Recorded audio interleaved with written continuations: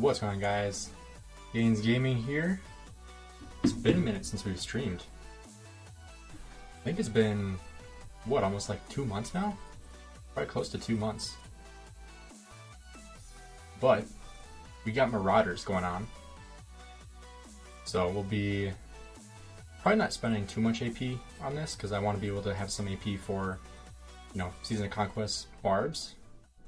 Let's see what we have in chat so far. Got Achilles, Thrail, Rock Gamer, Good Boy, Chilsy. What's up, everybody? First ones in the stream. I appreciate all of you guys. We'll also do some Wheel of Fortune today, too. I think I might spin this to 25 just to get that extra value. Because I'll probably field Luce eventually because he's just really, really good. So I think that's a good play. I think going for like 25 spins is worth it. Let me know how the sound, how it sounds essentially. Because like I said, it's been probably almost 2 months since I last live streamed, so everything's different since the last time I streamed. But let me know how the music sounds, how the mic sounds. And also if you guys want me to make the map a little bit bigger in the bottom over here, I can do that as well. Just let me know.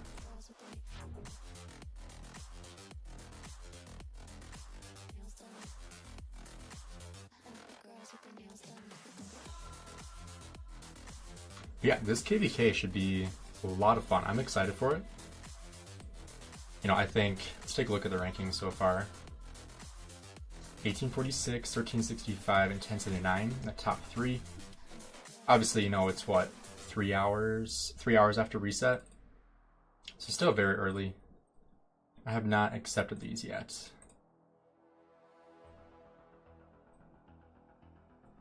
It's nice that it condenses stuff though, because you can actually see like when you get gems and materials. Whoa. Oops. Alright, let's accept these. That way we don't lag out the game. 164. Okay. I was just watching TV for like the last hour, watching Survivor. If anyone here watches Survivor, the latest episode was just on, so caught up on that, and then came ahead and started the live stream. So here we are. Oh, nice. I've been saving up my VIP. Oh, another one? Holy crap! I've been saving up my VIP to make a video on like what you can expect in an off season. Jeez. Gold chest. I did not expect that today. Oh, I guess season bounty. That would be why. But since you guys are in the live stream early, I'll show you guys so you guys get a sneak peek from that video. Still have to record it yet, but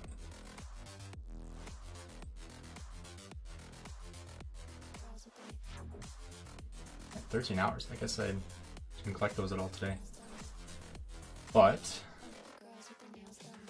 I'll show you here. So this is what I have saved for VIP in the last 29 days. I've been using this as my benchmark for how long I've waited to look at this. So all of these games are in those 29 days that I've been saving. And then these are from Barbarians and Barbarian Forts. And then obviously from Marauders now as well. Hey, LST Soul, what's up? Survivors, Fire, cheers, bro. Yeah, the new episode tonight was good. I'm not going to spoil anything in case anybody here watches it. But this season has been pretty decent. I mean, there were some quitters at the beginning, which I just despise. Like, because I know people that tried out for Survivor that I think would have, obviously had a great time, but then people get on there and then quit in like the first couple days, which is just stupid. But I appreciate the super chat, man. First one of the stream. Like I said, this is the first time I've streamed in close to 2 months now.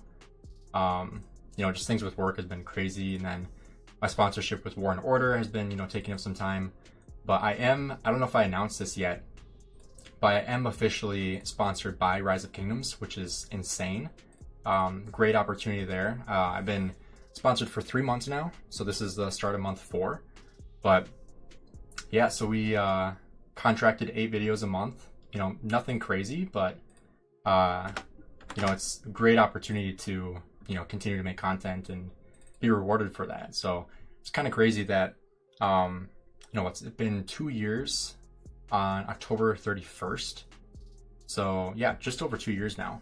And we're at, what are we at? 8,720 subscribers right now.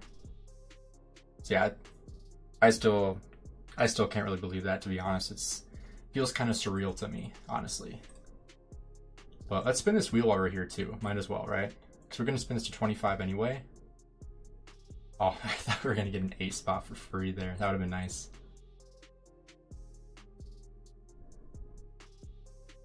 All right, we'll take the gold head. I'll take that. So we'll go to 25 here. I have plenty of gems. Plus, I just showed you guys how many gems I have in my bag right now too. I just hope I don't get wrecked on this wheel. Because the last wheel I got destroyed, like, looked like this, where I'm getting all resources. Like that. One head isn't bad, but jeez. At least I got some training speed ups. Guess that's a benefit. Pick up 5 heads there. Alright, we're just gonna go to 25. So we'll do 2 more of these. We can get 1 8 spot. I'm good with that. Even just plain gold heads are great. Has anybody here been using Luce at all? And if so, how have your trades been? Because I've heard he's really, really solid. And I think that I think if I do use him, it'll be when I bench Guan. Hey, Siri Makey. Huge congrats for getting sponsored by Rock. You deserve the most. Love from Mr. Mitch. Mr. Mitch, how you doing, man? Is that a new account that you have? I appreciate that, man. Yeah, it's been a long time coming getting sponsored by Lilith, but you know, it's a huge blessing. I definitely do not take it for granted. It's you know, it's kind of crazy that when I started making content, I, you know, obviously didn't plan on making it a full-time job or anything like that, but you know, it's been close to the point where I can almost, you know, supplement some of my income just from YouTube, which is just a huge blessing. I used him and he traded positive 90% of the time. It was 5521 when I used him. Jeez. What did you pair him with? Good boy. My recent KVK, I got 1 billion kill points, running just 1 mark, Charles Martel, Luce. Oh, jeez. That's crazy. I'm gonna try Luce out for the first time in pass opening tomorrow. Should be 5551. Excited to try it. Can be first pass opening I'll be online for. Nice. Yeah, I mean, I really hope this first fight, because you know, this first fight's gonna be insane. Because I mean, obviously allies aren't out yet. I'll be making a video like as soon as I hear about the allies. Obviously tomorrow's Thanksgiving, so if I hear tomorrow, I won't be able to make a video until tomorrow night at the earliest. But you know, I'll make a video on allies and kind of give analysis on that. But you know, I think it's a very good chance that we'll be fighting 1365, just because, like, as you can see in this map here, I'll make it a little bit bigger so you can see now. 1365 is by far the strongest in the KVK, not even by a small margin, by quite a bit. So I think it makes the most sense that there are enemies. Even though I'd love to pair a 1365, I think it's just not realistic. It wouldn't be fair. So I think the chance of us fighting against 1365 is extremely high. My assumption, if you guys saw my video, my guess is that we are going to be paired with 1846 against 1365 and 2489. But that's just my guess. Obviously, I'm not in leadership or council or anything like that, so I don't really have any say. I just have my guess and what I think would be the best case scenario for the KVK, both in fairness and in fighting ability as well. So, you know, I think that's going to be the best case scenario when it comes to the best match in the KVK. But what do you guys think should be the KVK allies? Because some people were commenting on the video, but I'm curious what you guys think in the live chat here.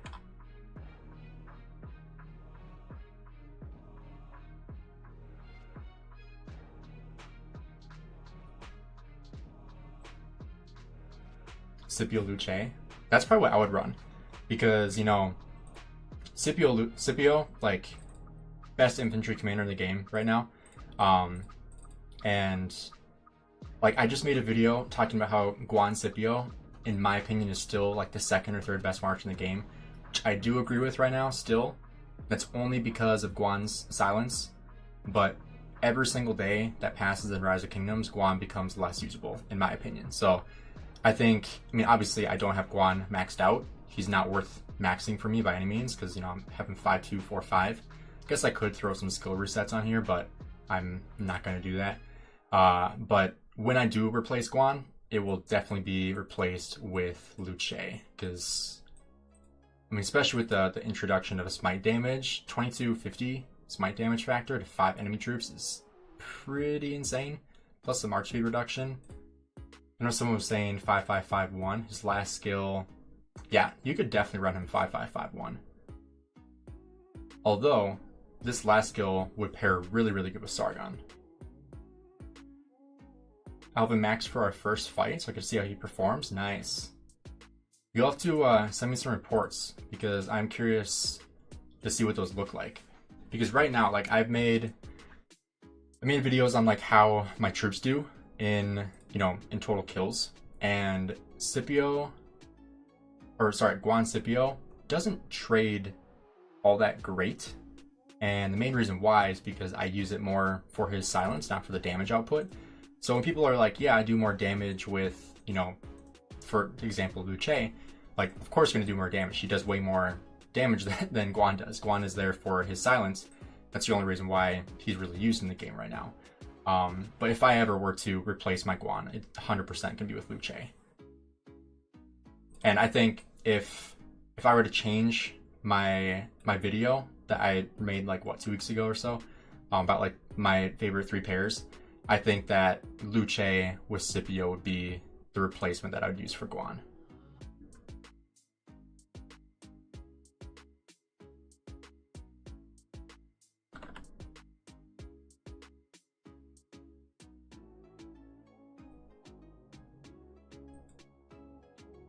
Should we open up some of these satchels? Because I have, what, almost 200 of these things? I was just kind of passively attacking while watching Survivor, so... Alright, let's check this out. We'll do 184. Gives us minimum of 22. The nice thing here is that you are now able to trade with anybody in the kingdom. You don't have to just do it with your alliance, which is huge. Let's start doing some trading here. Mainly just looking for the ones I have the least amount of.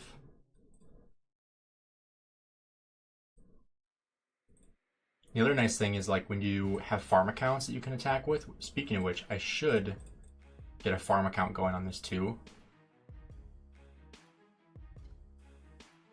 That way I can trade with people. Because I usually do that at the end. Like, I take one of my farm accounts and I just start trading with anybody. Oh, nice. It lets you do this now too. Sick. So that's what gets us, what, 22? 23. Awesome. And I'll definitely be saving those to make a video on it later. Oh, we're coming right home. So I think what I'll do here is I will go into one of my farm accounts and I'll teleport over in this area if I can. Let's see if I can do that first. Hey, what's up, Swag? Depolis? Depolis, is that how you say that? I'll just call you Swag. Gonna be running Luce Alex and Guan Scipio. Nice. Yeah, I think that'd be the other thing I could do, because like right now, obviously I run Guan Scipio and then I kind of go in between Pakal Herald, or I do Guan Alex and then Scipio with Herald. So I'm not going to field 3 infantry. It's just not worth it. I'm not going to build another infantry set. Not planning on that at all. You know, I have my Boudica for my archers. I have 2 pairs for cavalry. 2 really good pairs too, all legendary sets. Infantry, I still have to upgrade a little bit. You know, I'm almost there. But, you know, my infantry is in a pretty good spot right now. But depending on the field, like in this field, I'm definitely not going to field Pakal Herald. So then I have to make the decision, is it time to max another commander with Luce? Because I have 846 heads to use. So I definitely could max out Luce and, you know, run... What would I run? I could run Guan Scipio and then Luce Alex. Or... That'd probably be my best option, yeah. that would probably be my best option, because in this KVK, if we're fighting against 1365, which like I said is the most likely outcome, then I am going to need to, you know, have all meta marches in the field. I can't have crappy marches with crappy gear. But I have lots of resources. I have the most speed ups I've ever had by a lot. And I haven't even drained my farms yet. I'll show you guys. So I'm going to run over my farm account real quick. Actually, I forgot I have to check if I can even teleport into this zone. Because I just teleported into a different zone here. My other account's in N. Oh, I'll be just fine. Okay. Is allies finalized? It is not. So allies are not finalized yet, as far as I'm aware. I'll check again here. Let's see. Nothing yet. No update on allies just yet. But like I said before, I will definitely be making a video. I'll probably make a community post too, of like what the allies are. But Diplo is still going on. So obviously have to wait until that's completed. But I think the most likely outcome, and I feel like this is just common sense, so maybe this isn't going to be the case if it's taking this long to figure out. But I feel like it's just common sense to be us in 1846 against 1365, 2048. But I feel like there's also, you know, like drama with different kingdoms of like, I don't like that kingdom, I don't want to ally with them. And it's a little more complicated because we have 3 kingdoms on our side. So if like, for example, if 1846 doesn't like one of our 3 kingdoms and they don't want to ally with us for that reason, that makes it way more complicated to, you know, figure out allies. So obviously, like, I'm just speculating that, but I don't know what the reason is as to why it's taking so long. But, you know, hopefully we'll find out here in the next day or so. I would assume we're going to find out probably tomorrow. But like I said, it's Thanksgiving tomorrow, so I won't be making or posting a video on it tomorrow unless I do it tomorrow night.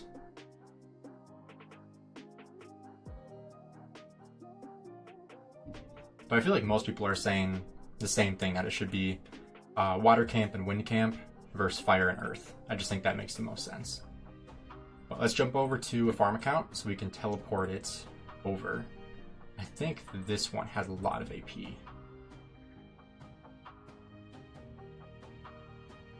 Everyone loves 1079. I feel like everyone hates 1079, honestly. I mean, I don't know where the hate comes from. It might be partially from me, who knows. I don't really understand that either, but let's see, how much AP does this one have? Oh yeah, this one has plenty. Alright, let's see if I can find myself. I know I'm over here somewhere. Oh, there I am. Perfect. Alright, let's just teleport right here.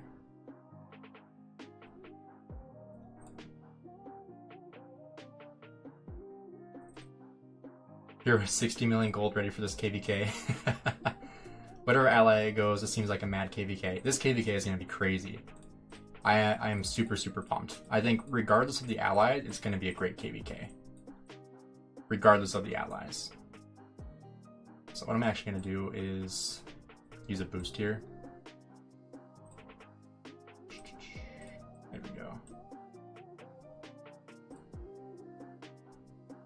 Oh crap, that didn't really work. Alright, well, gotta do it manually then.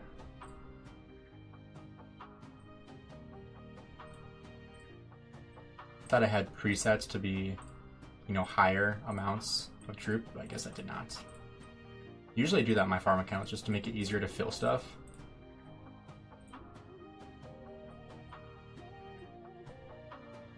Alright, there we go. So now I can head onto my phone.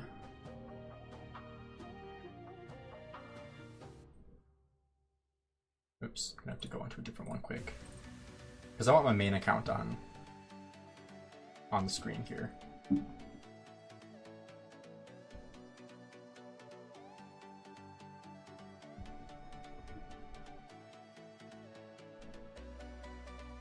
Do I use 4 marches? I heard it's just as good.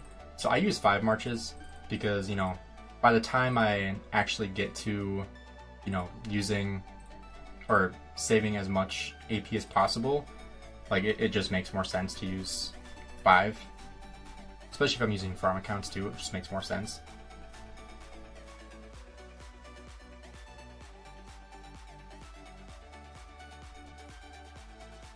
Forgot about these.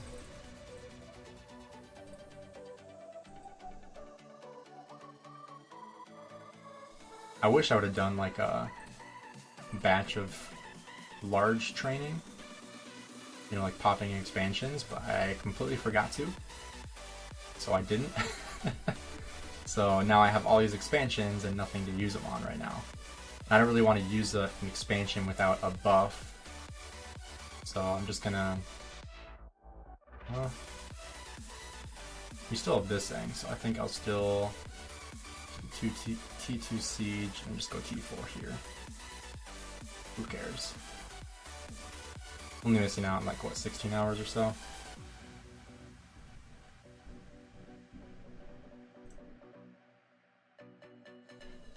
So now the benefit here is that my farm 4, this account right here, will be able to, you know, trade with anybody, not just myself, but with anybody in the kingdom.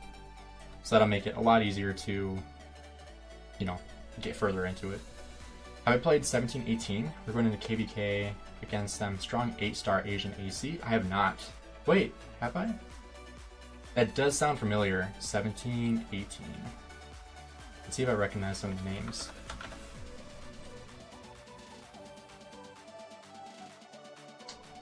Let's see.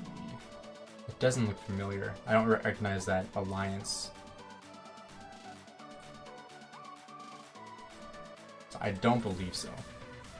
The only thing is that these troops are so slow.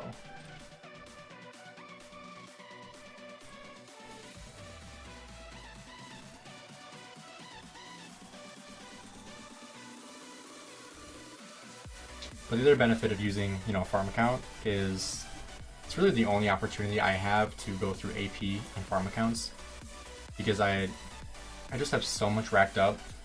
Like, I showed you guys how much I had on that account. It was like 3 times what I have on this account.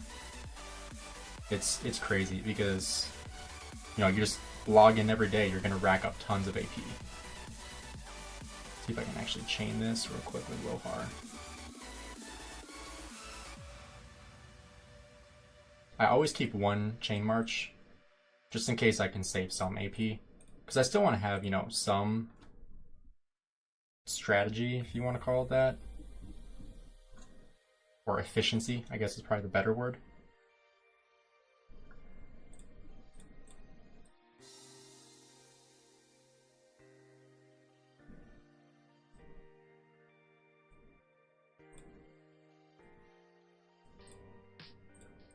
Seems like the equipment system isn't too crazy. You can still craft the same things as before and be okay.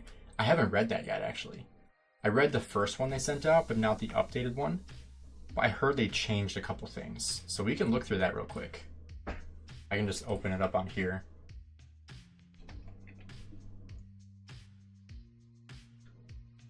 All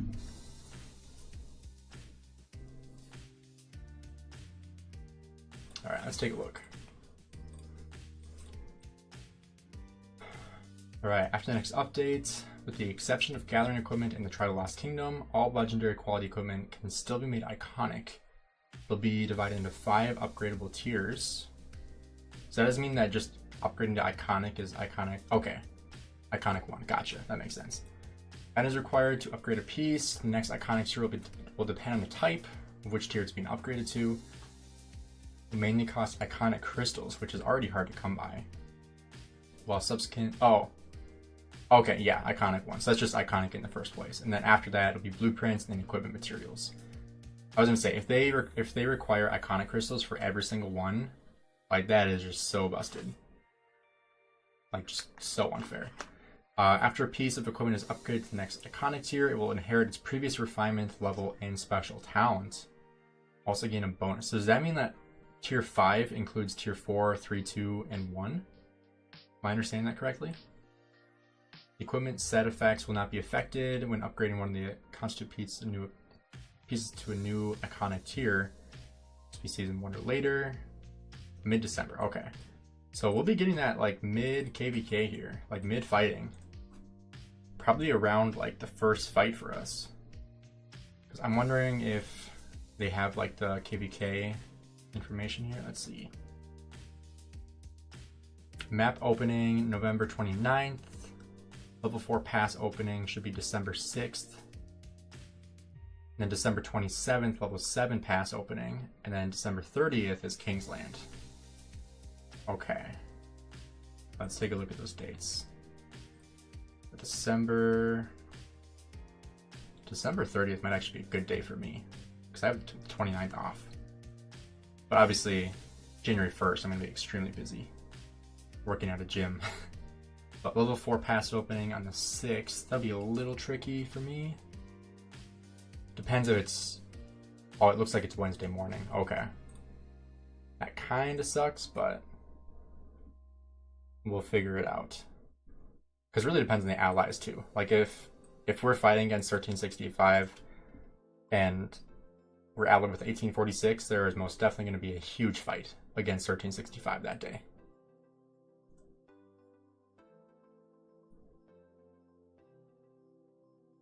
Aw, man. Our KVK is still going to have fog.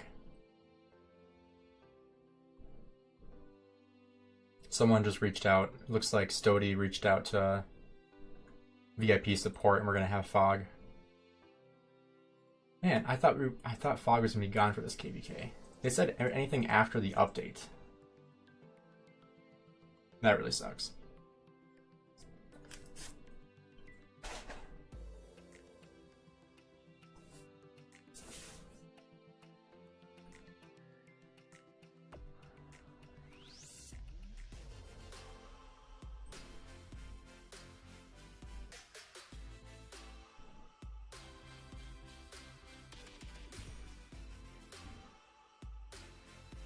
All right, let's do a poll.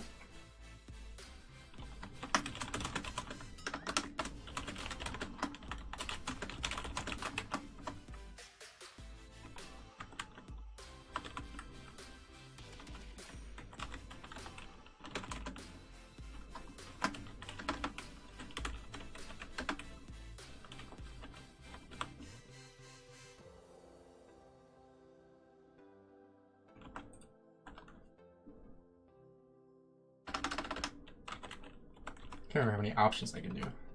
Let's see.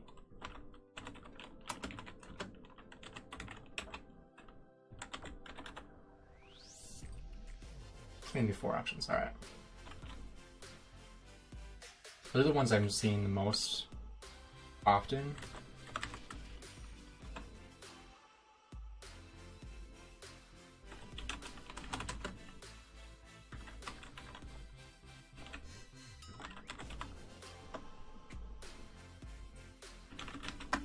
All right, see what you guys think. So the different options, we got 1365 and 2489 versus the Three Kingdom and 1846, otherwise known as top versus bottom. The next option would be 1365 and 1846 versus our Three Kingdom and 2489, so crisscross. And then third would be 1365 and Three Kingdom versus 2489 and 1846, or left versus right. And then finally, free for all. So let's see what you guys think.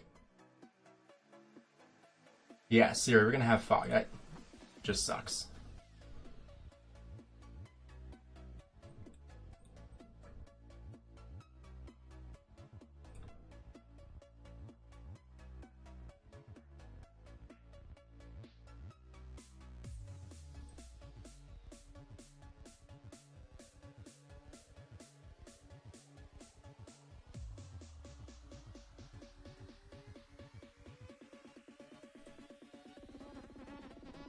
I was really looking forward to not having fog.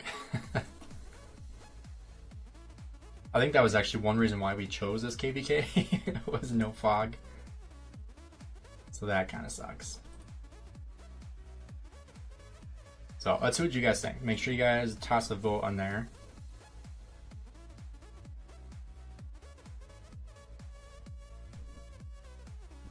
If I could vote, I would vote for the top option.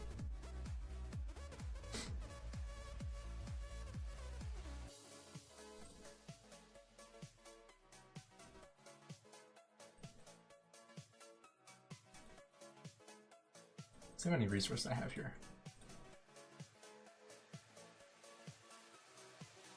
It's not too bad. 3.3 million troops with... What did I have on a map? I have like 1.5 million on the map right now, and still 3.3 million in the city. Decent amount of resources. I still gotta transfer those though.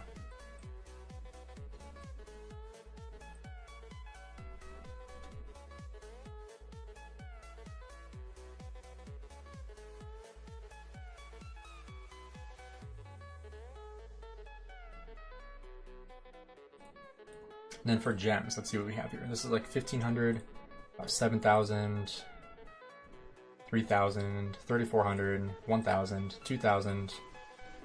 And that is what? About 19,000, 20,000? So in all, that's quite a bit of gems. Let's accept some of these satchels again here. We only got 2.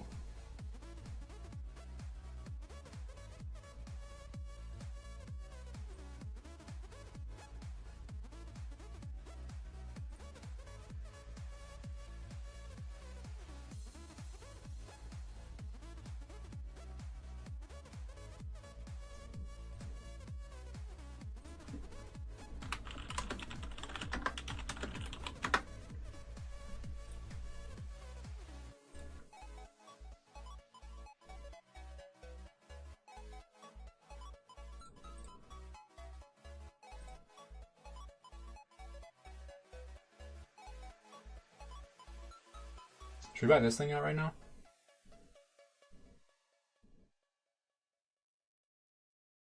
You can get what? You get 10 for a discount? You have to get to 45 for this to be worth it. So in other words, you have to max out the event, which is this thing. You have to max this out. And then also, I think you have to buy 5 for full price or so, and max this out. So in total, do what, like 7,000 gems or so? Let's go ahead and spin this while we're waiting for troops. So that was a long march.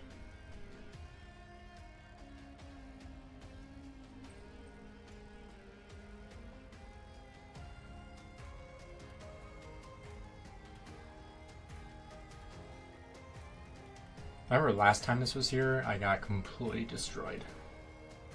So we'll see how we do this time. I think I got this special one that I don't even need. Like, I'll take the 3-day and the 2,000, but I don't care about the piece of equipment. Like, that doesn't really help me at all. The speed ups I'll definitely take though. And so far, for the vote, over half people are saying not left versus right, top versus bottom, which is what I think would be the best case scenario. I think that would just provide the most amount of fighting.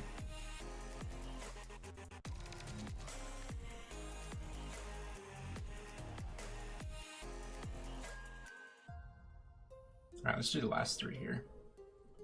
Because it looks like my troops are there.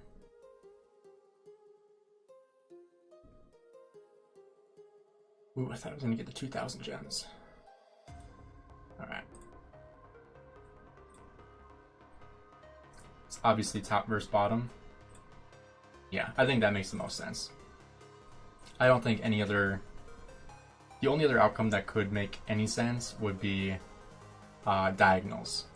But in no way would it be left versus right. Because that would just be way too unfair. Like, you can see in the picture how unfair that would be. And, you know, some people are saying 1365 could just do a free, or like a 1 versus 3. And I think that'd be fair if it was just 1175 in this camp, or if it was like 1175 and 1079. But with 3 kingdoms in 1 camp, like, honestly, I think that's a little too stacked for this KVK. Just because you have, you know, 1079 is an A seed that is built like an Imperium. And then 1188 punches very, very hard. And then 1175 obviously has Mimi. So obviously, like, their track record with the KVK isn't amazing, but they're still very, very strong. And I'm glad they're on our side. I'm glad they're on our side.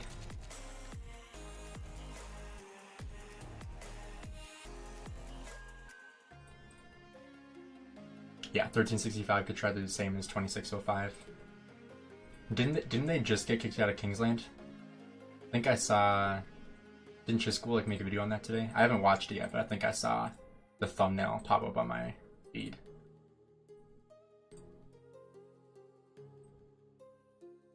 But 1365 has a lot of real fighters. I think they definitely could take a 1v3. I don't think they'd win. I think it'd be fun. I think it would suck for 1846 because they probably wouldn't get a lot of fighting. It would be pretty much a farming KVK for them because they wouldn't really have any ability to fight unless 1365 beat 2489 or our camp. Which would then probably mean that 1365 would ignore our camp and just go against 2489 to make it toward Kingsland. So I really hope that's not the case now that I said it out loud, because chances are we wouldn't get any fighting if that's the case. So I just hope it's the balanced KVK because I think that just makes the most sense, and I think that'll be the most fun to watch too.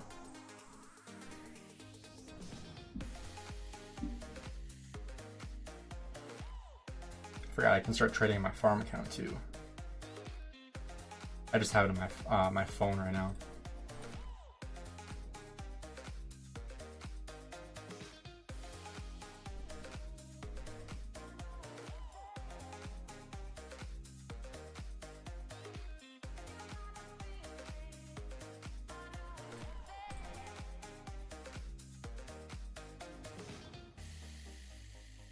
The one question a lot of people ask me is how much AP should I spend on Marauders?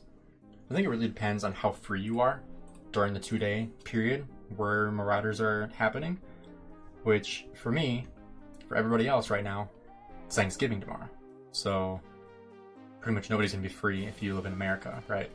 Obviously if you don't celebrate Thanksgiving, if you don't live in America, you probably don't even care. I don't even realize that it's Thanksgiving tomorrow, but what was I gonna say? Yeah, so typically what I recommend is whatever you're comfortable with is definitely obviously the pretty much common sense answer, but I would recommend like 25% at like a minimum if you're able to, but like 50% would be kind of pushing it. I'd say 50% would be like the very, very top, unless you like absolutely need the rewards that are found with Marauders. Like if you're gonna max spend on Crystal Tech anyway, then who really cares about like taking advantage of KVK barbs, right? But if you're not planning on spending in KVK, you'll need as many crystals as possible from those barbarians. So in that case, you want to save your AP for KVK because you need the extra crystals. So it depends on where you're coming from with that too, in terms of spending. Hey, what's up with OP Tesh? Or you guys could do 1v1v1. That would be fun too. I think free-for-all would be interesting, but I don't think that would be fair for the right side of the map. Unless, like, I think it would turn into like a 1v1v2, because I think 2048 and 1846 would have to pretty much pair up, like, without officially pairing up, they would pretty much have to pair up in order to get far enough into KVK. If that makes sense.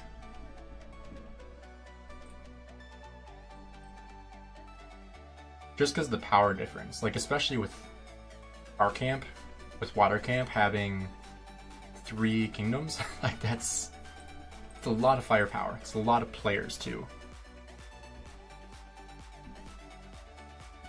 So that's definitely something to consider as well. Everyone fighting each other in Kingsland. 1365 cannot 1v3. I mean, they are the strongest kingdom in the game right now. I believe in terms of power and kill points, if I'm not mistaken. I could be off on that, but I'm pretty sure I've heard that from a couple different people, that right now they're sitting as the strongest by power and the strongest by kill points. But I agree with 4 other kingdoms in the KVK. If it was 3 other kingdoms, or sorry, 5 other kingdoms in the KVK, if it was 3 other kingdoms, that would be a little more realistic. Like an official 1v3, not a 1v5, because that's just completely different, but Oh, 1846 has the highest power? You sure? Unless whoever made this map is wrong. I think Stody made the map. It says Stody in the middle of it. But make the map bigger. Like, from the looks of it, you got 25 billion power, plus 12, 27 billion, plus another 10. We're sitting at about 38 billion power with 1365 in these 4 alliances. In 1846, you got 15, plus 12, plus another 10. So, I mean, it is close, but when you look at the kill points, it's not even close with kill points, right?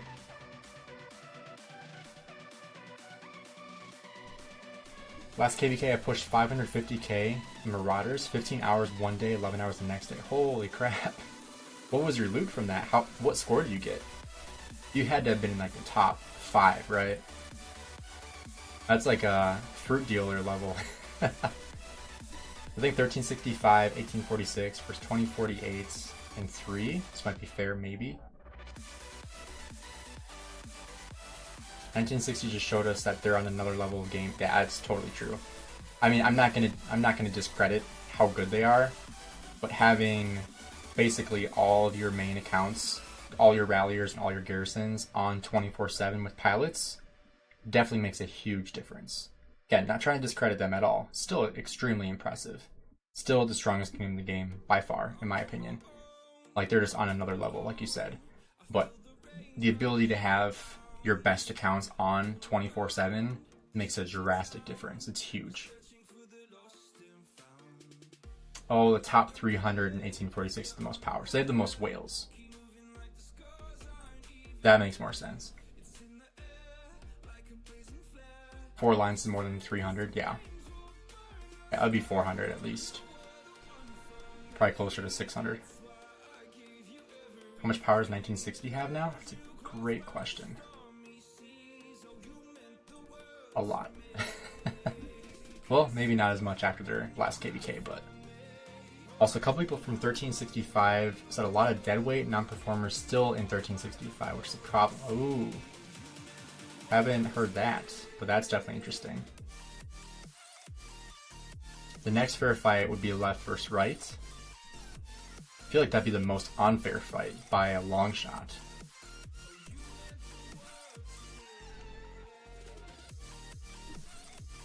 I think that'd be the most unfair. I got top 3 with 7.14 million points. Holy moly. I think the fairest fight in terms of power and kill points, I think this is calculated too. The most fair fight would be left versus, or sorry, not left, top versus bottom. Which is, as of right now, the highest voted. Which is the 1365, 2489 versus 1079, 1175, 1188, and 1846. So top versus bottom. I hope Lilith does something with piloting, but it's long. They're definitely not going to. They actually made it way easier to pilot. With whatever those packs are that you can buy.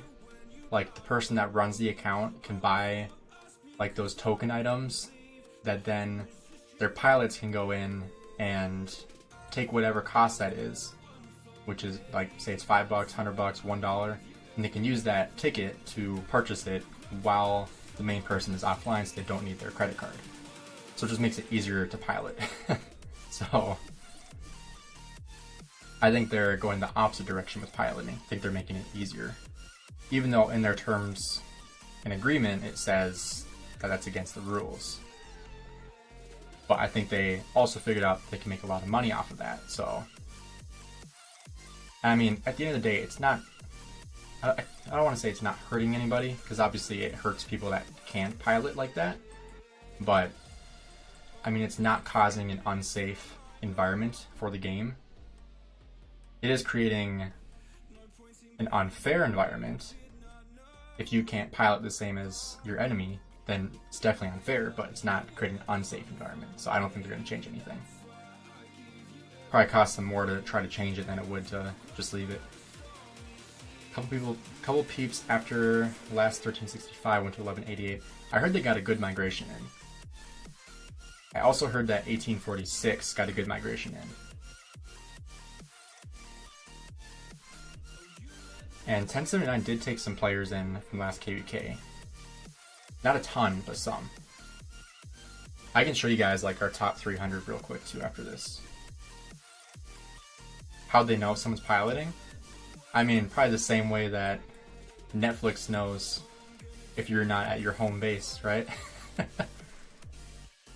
That whole thing is just so stupid. And like YouTube TV, for example, like my family uses YouTube TV to like watch football on Sunday, and it's set up at someone's house, and if you're not near their house, they have to log into your account to say like, I'm here, and then you can log back in wherever you are, like not at their house, to then watch it. It's really dumb.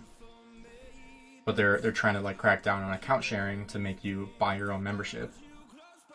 But I mean, that's something they could do, but I'm sure that would cost them way too much money to even consider implementing that into the game. But I can show you guys the top 300 in 1179 or 1179, 1079. Can't even talk. Jeez. Is it bad I'm trying to get? Where am I going? Is it bad I'm trying to get multiple T5 accounts, driving the next Arvix, but not a big spender? It'll be pretty hard to do that as not a big spender. I'll tell you that. So right now, we got S79 with 12 billion power, T79 with 10 billion, and then our kind of farm alliances. These are all farm alliances with 4.9, 3.3, 3.1, and 2.9. I have all my farm accounts in this alliance right here. I'm sure they're all, maybe they're all level 4, 3. Yeah. There they are, yeah. All my Gainz farms are in there. So that's our top alliances. And then alliance kills. You can also see that on the map as well, but we'll go into individuals. So right now, I'm at about 78 million power, rank 61. Our top ones, we got 242, 197, 142. Caveman bulked up for the last Zenith at 121. Let's see, let's take a look at top 20, 92 million. So, you know, not a ton of power, because we definitely regulated power for this last KVK. And looking at individual kills, we got 16.7. I'm hoping 4.5 at a minimum, an absolute minimum, 4.5 billion at the end of this KVK.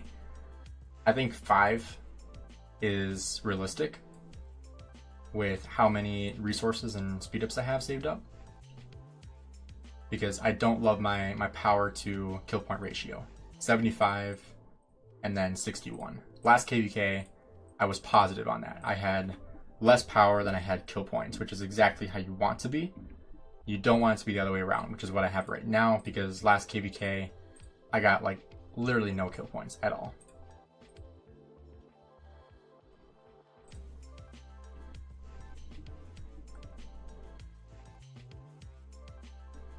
Lilith wouldn't care as long as they're making money. Yeah, I mean, it's a business at the end of the day, right? They should try to match kingdoms with close times, like American kingdoms to American kingdoms, Asian to Asian. Yeah, I mean, that'd be nice.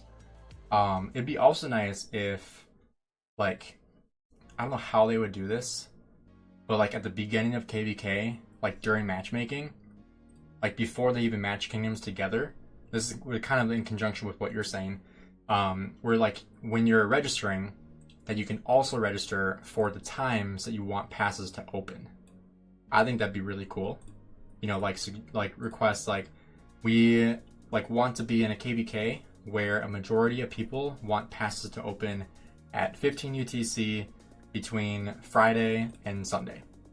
You know, obviously they can't make that work every time, but being able to choose like when you want fights to take place, or give like basically a voting where the majority rules essentially.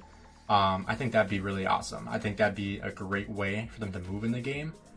But I think matchmaking is hard enough as it is, with, you know, what their requirements are for matchmaking and how hard it is to match. I think that would also just increase the amount of no match found. So that'd be my only concern with that. That's more pain for them because there's so many people around the world in each kingdom. That is true, but you'll always have majorities. Like 1079 is majority American European. We do have a little bit, I mean not a ton, but you know, we have some Asian time zone players. But majority of our fighting, like we have a huge downtime when we get into like around this time, actually, like around 10 p.m. like for me, which is, you know, middle of the night for people in the UK, which is like we're mostly European, and then it'd be number 1 European, number 2 American, and then probably Asian number 3. So it really depends on, you know, your kingdom. Some kingdoms are like full Asian time zones, and you don't have anybody in American or European, and nobody speaks English. Like that happens too. And there's the complete opposite where you don't have anybody in Asian time zones. So you want to have like a good mix of, you know, good mix of time zones. But I agree, that would make it more difficult for kingdoms as well to decide, okay, when do we want to have fights? Because we have 1/3 of our people in American time zone, 1/3 in European, and 1/3 in Asian. So it would make it a lot more complicated too. I live in South America. My kingdom's 85% South American. Yeah, most kingdoms are like that, I feel like, where like everyone's kind of in the same area for the most part. I mean, there's obviously, like I said, there's some that are a lot more mixed than others, but I feel like a good majority of kingdoms in the game at this point, especially in the late game, you kind of find a kingdom that meshes well with your time zone, because if you're only fighting during your kingdom's downtime, like you're never fighting in the big zone fights because you're asleep when everybody else is online fighting. So usually people kind of figure out like, okay, this isn't going to work for me because anytime I go to sleep, that's when all the fighting starts, because that's when everyone else is awake in the kingdom. So it makes it a little bit more common sense, essentially, to stay in a kingdom where more people are in your time zone.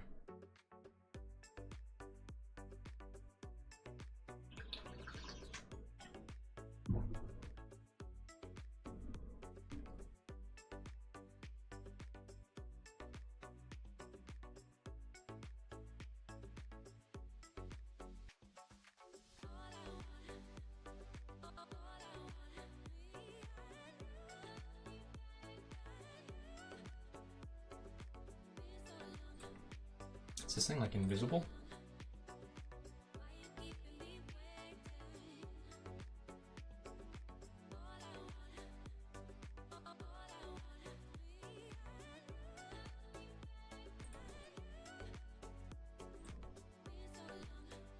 Hope that still reaches. Ooh, I don't think it will. Nope. Oh well.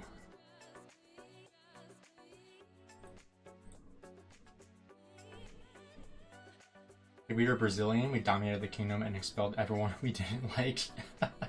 That's kind of funny.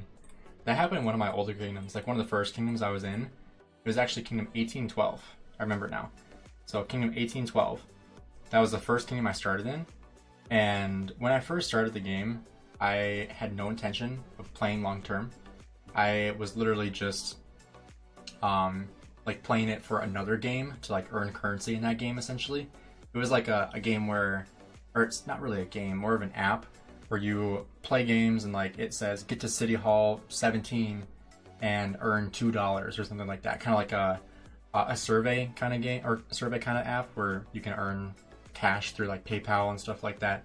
It was like right before COVID. I was in college and just bored. So I was doing that and I saw Rise of Kingdoms. It was a more expensive one. So it was like $6 to get to like City Hall 17, I think it was. And so I downloaded the game, started in 1812. And when I started, I just like, instead of clicking on one of the new kingdoms, like it'll typically just be like this, like these are all the new kingdoms. Like you can see this one just started, but like it'll look like this. And so what I did when I first started, it had me at the top and it said, this is one you should do. And I was like, oh, I'll just find a different one. I just scrolled all the way down. I was like, oh, I'll go to that one. I just clicked on one and it was 1812. And it was in the middle of a civil war when I started, because it was like half European, half Asian, or like half Korean. And the Koreans were wailing out and took over the kingdom and zeroed everybody, including myself. They zeroed me too. even though I was probably like 2 million power at the very most. And at that point I was like actually enjoying the game too. And so I kept on playing. I did like a restart account, and then that account got all messed up with my Apple ID. And so then I had to come back to this account. So this is my first account I ever made. After making, you know, huge mistakes, putting gold heads into Clio, stupid things like that. But that's how I started with kingdoms, and you know, I've been through that kind of like takeover essentially. Change the subject. How are your commanders and equipment? So I have basically, as of right now, all the meta pairings. You know, obviously besides like Luce, but I can max another commander right now if I wanted to. I could max Luce, and I'm debating that, taking out Guan and going for Luce and running Luce with Scipio. Something I'm seriously considering. If I see more reports of Luce just being a complete monster, like I have been seeing, I'm gonna be more likely to do that.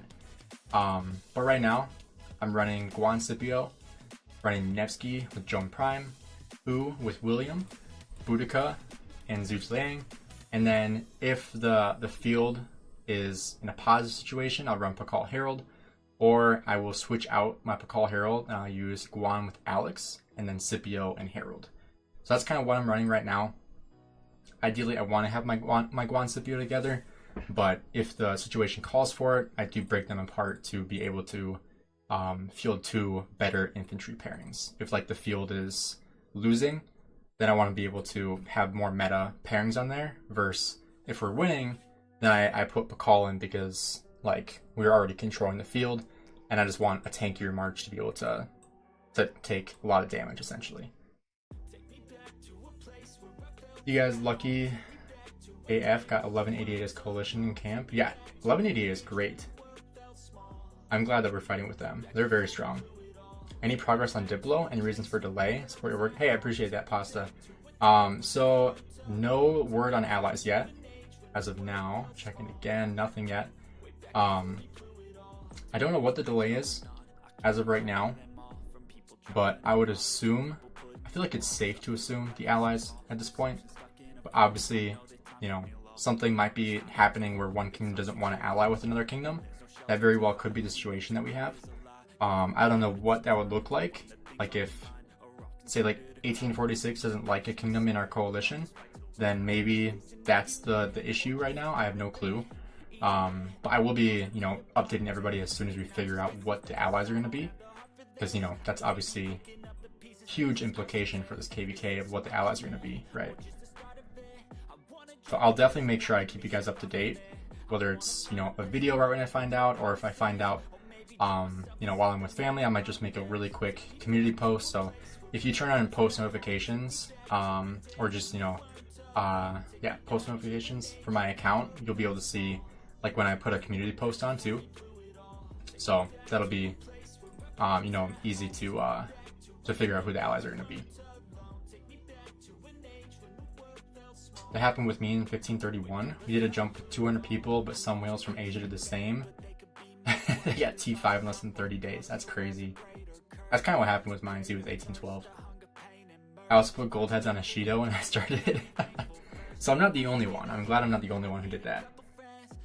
But yeah, like when you first start the game, you unlock Cleo, like in the event, like right away you unlock Cleo.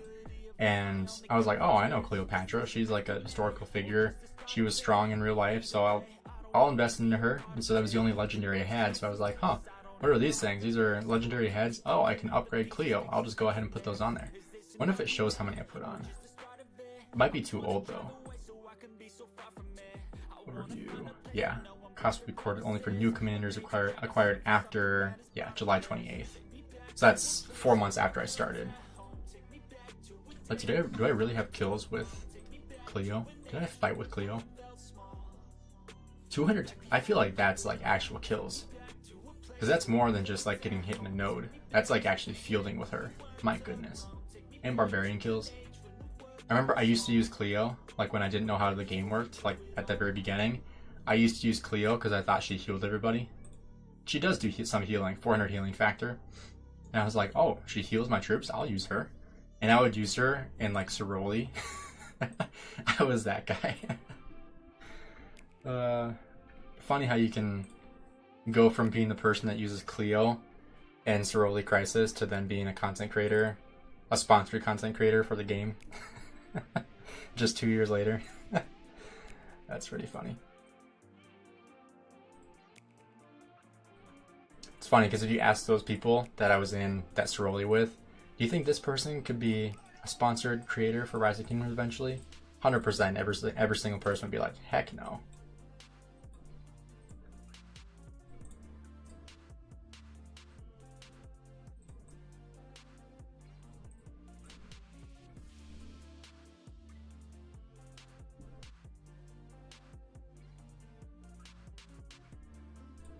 I keep on getting new Discord notifications, and I'm thinking it's the update on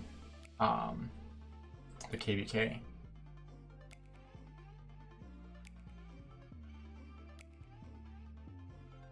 Oh wow.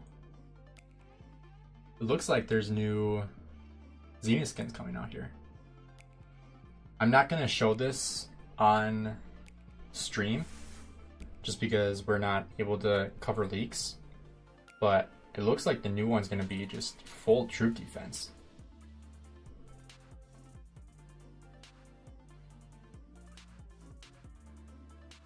Oh wait, no, it's upgrading Persian Dream into Dynastic Conqueror from 3% troop defense to 8% troop defense, so you can upgrade it. Dude, this is from Asbonian, which is a very, very reputable source.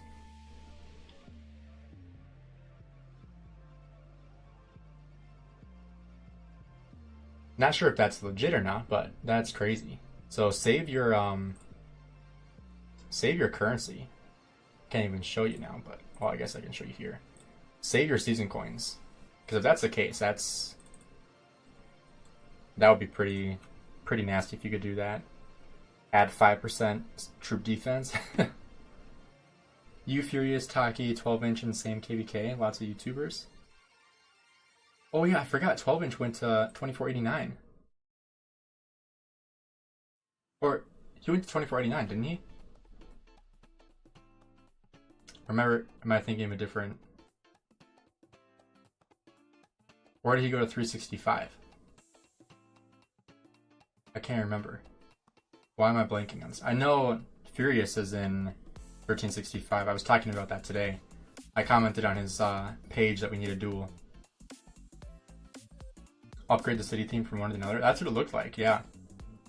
Kind of like with the new equipment, with the new iconics, like upgrading to different levels. So he did go to 1365. Okay. Who went to 2489? Who am I thinking of? I swear a content creator just went to... Oh, I bet I'm thinking of Apocalypse, Apo. He left 2489. That's what I was thinking of. I was like, I swear somebody's in 2489. But I remember he left because they were pretty unfair to him. What I remember. I don't know the whole story, but I remember he like made a post about it, how he was like one of the top contributors and they still wanted him to drop a ton of power. It was like some sort of BS. I don't know the whole story, but I'm sure it's still on his community page somewhere. Let's look at our rankings. We're at rank 53 right now. You guys at 812 points already? Holy crap. That's crazy. I should probably be opening satchels on my farm account because I haven't opened a single one yet.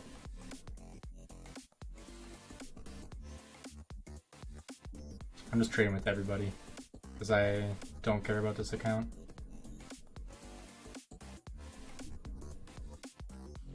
I literally just go, you can see right here, Gainz Farm. I literally am just going on every single one and hitting trade on my farm account. Because I don't care about the rewards on my farm account. Couldn't care less.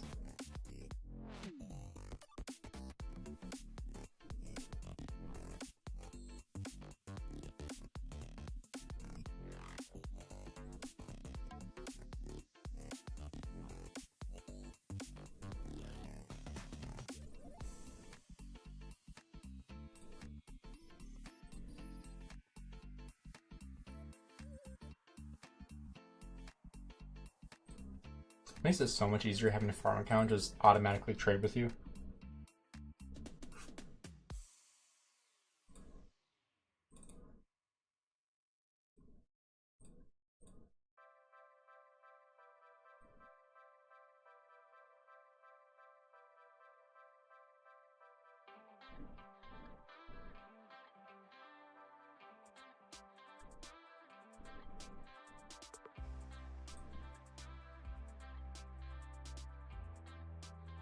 Is anybody else here in this KVK? In like a different kingdom or in 1079? I feel like there's got to be some people in here that are just hitting Marauders while you're watching stream.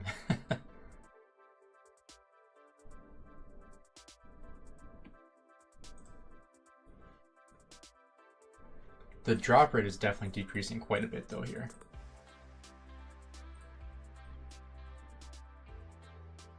And I wish I would have taken a picture of like speed ups before this, but I wasn't planning on making a video on like what I all earned from just hitting Marauders. I'd probably make a video or even just do this on live, opening these Kingdom Supply chests. I have lots of stuff that I've kind of been hoarding. Geez, I have 30 of these. It will be 365, 2049 versus 3 Kingdom 846. That's what I think. Is that official from somewhere? I haven't seen an announcement yet.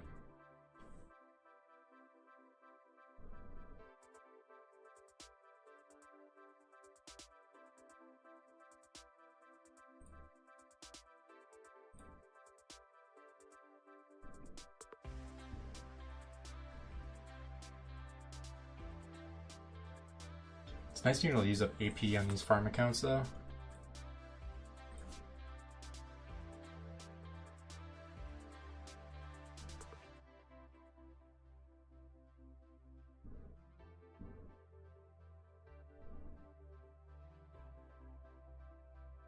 That's what I'm doing, listening to your stream like radio. Well, you know what they say. If you have the... No, what is it? What's it saying? Oh yeah, like if you don't have the face for TV, you can have the face for radio.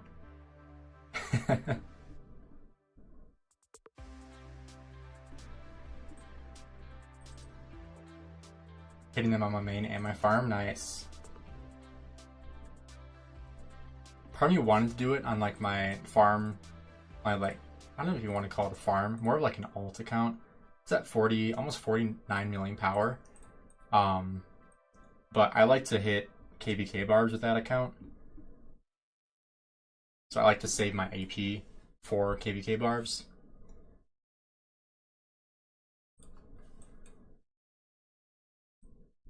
Or joining rallies too. That's also a huge thing that I like to do.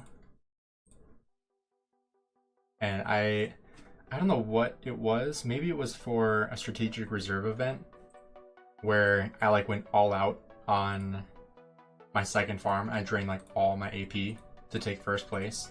I did it on my number 3 too. I hope Fruit Dealer's in this KVK too. That'd be cool. He was in a KVK with 1079 previously, and he didn't cover it because I can't remember what kingdom it was. They lost like extremely fast. There was like no content for him, so he just skipped over it, which is understandable. There wasn't much content to cover anyway, so. Yeah, I love his videos. He's such a great editor, and he has like the perfect voice for that kind of content.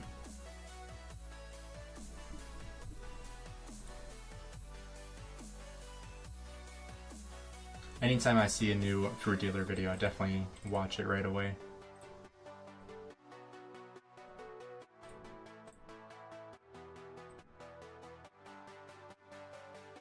But I definitely don't have the time to make a video like that. Like that's, his videos take probably, I don't know, 3 months just to edit, not even including like all the footage and all the prep and the voiceovers. Like just to edit, I'm sure takes months.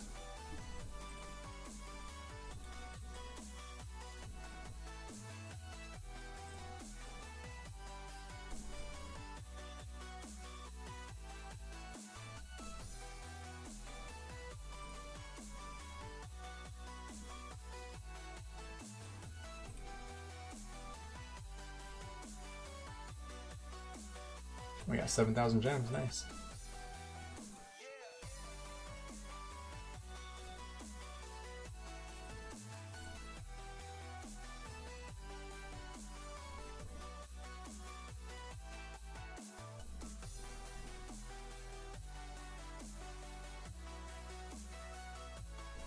I can tell everybody wants the same, like, parchments. Because on my farm account, I have like 30 of one and 3 of another.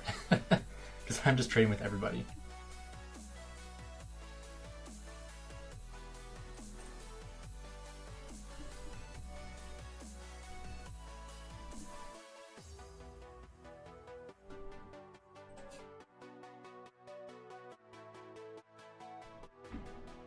Yeah, now I have 1 of that one. It is this one, of course.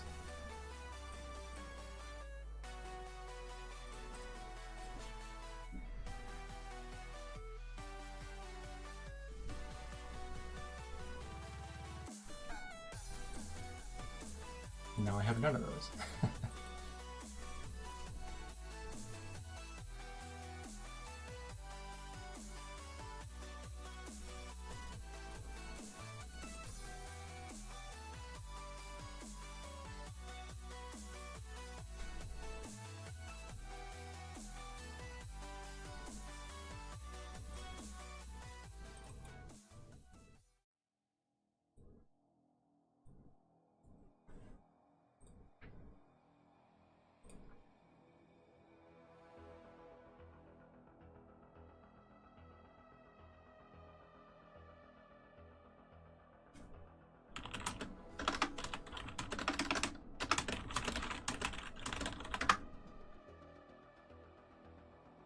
So sorry for that loud keyboard sound.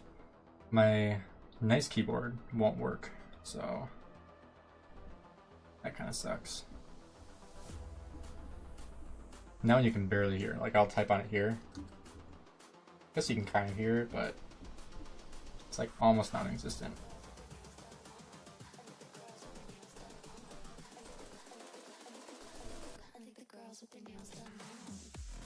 Versus, you know, this one, it's a lot louder.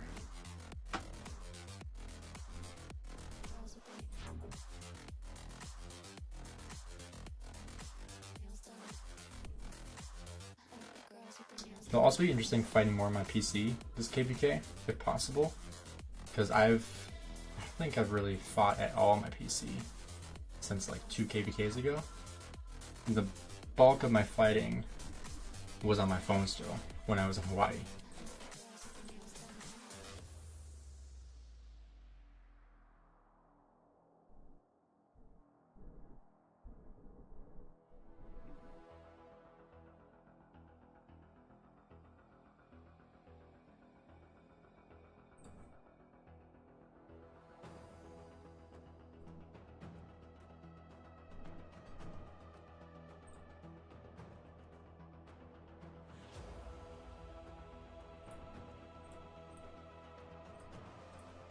I really wish I would have, maybe I did take a picture, I can't remember if I took a picture of how much EP I had at the beginning of this.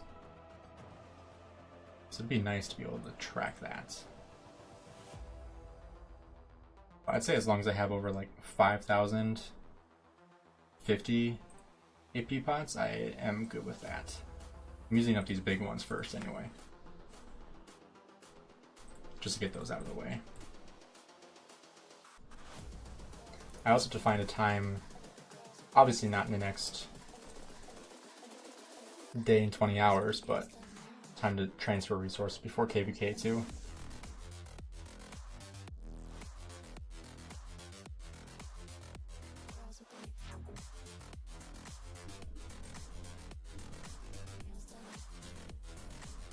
I haven't really made even a dent in my farm account's AP at all.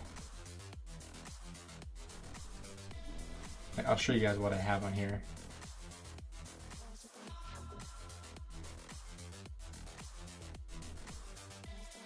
I'll send a picture of myself.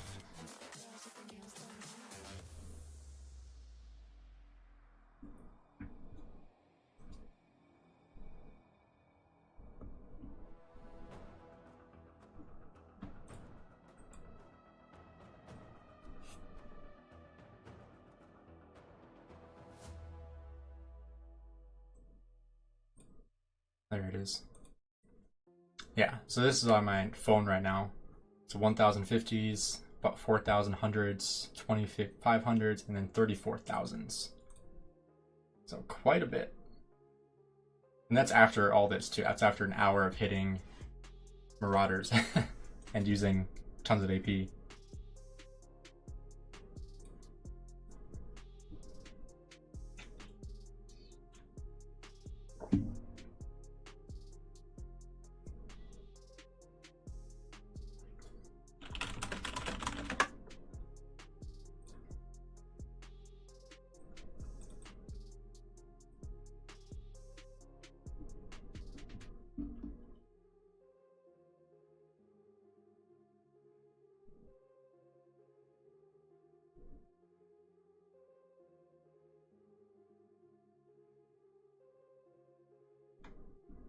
Gainz check who's an 89? What do you mean by that?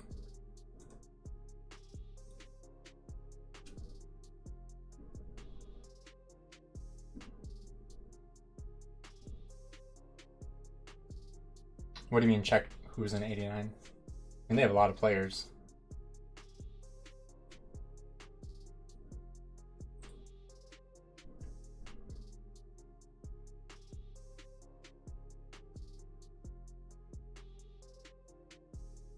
These are the alliances they have.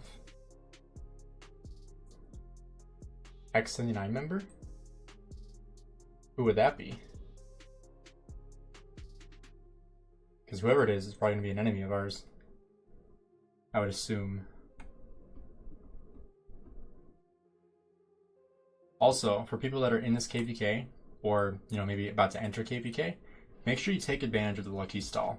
This is a great way to reduce resources when it comes to the training stage, and also upgrading stuff on your farm accounts. So upgrading buildings, doing like research, great way to reduce the amount of resources you're spending. I'll be upgrading lots of stuff in my farm accounts just because it's a good opportunity to. Check Kingdom chat.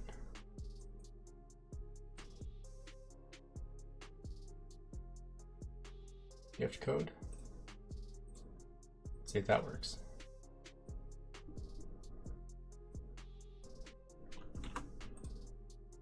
Nope. Whoever sent that lied.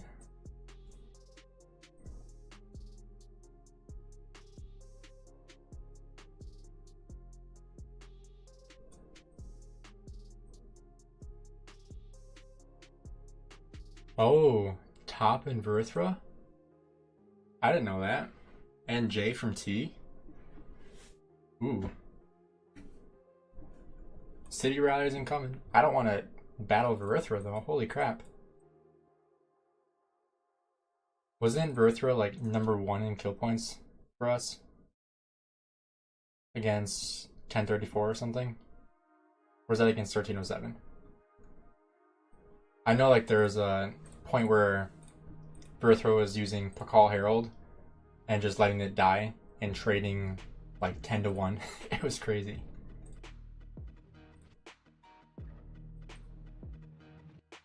I wish these were more useful. Like if you could put them in any commander, that would be crazy good, but just commanders I don't need.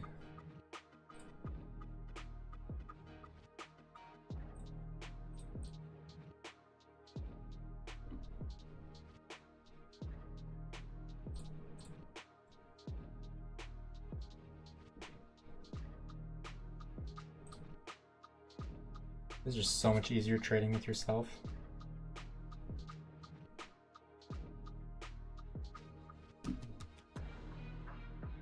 Look how fast that goes. They were rally leaders and also garrison and field. Yeah, they were very important for us. How long ago did they leave? Was that last KVK or this most recent KVK? I just finished my first season of Conquest with Nevsky Joan, and I have 400 gold heads. What do you suggest as a second march? I have max YSG. Do you think Scipio YSG will work? So Scipio YSG will work. You could also run Scipio with MetMed. If you just saw my last video I just posted I think, was it 2 days ago, yesterday, about Metmed and how good he actually still is, even in Season of Conquest, especially with his museum buff. Definitely a viable option for you. Otherwise, I would then recommend Scipio Luce as a long-term play. So investing in a Scipio, using Scipio with Metmed, and then eventually Scipio with Luce would be my recommendation. Go for Luce. I mean, yeah, if you have Alexander the Great finished, you could go Luce with Alex until you get Scipio. Or you could go Scipio with Metmed until you get Luce. When we were dropping power. Oh, so just recently then.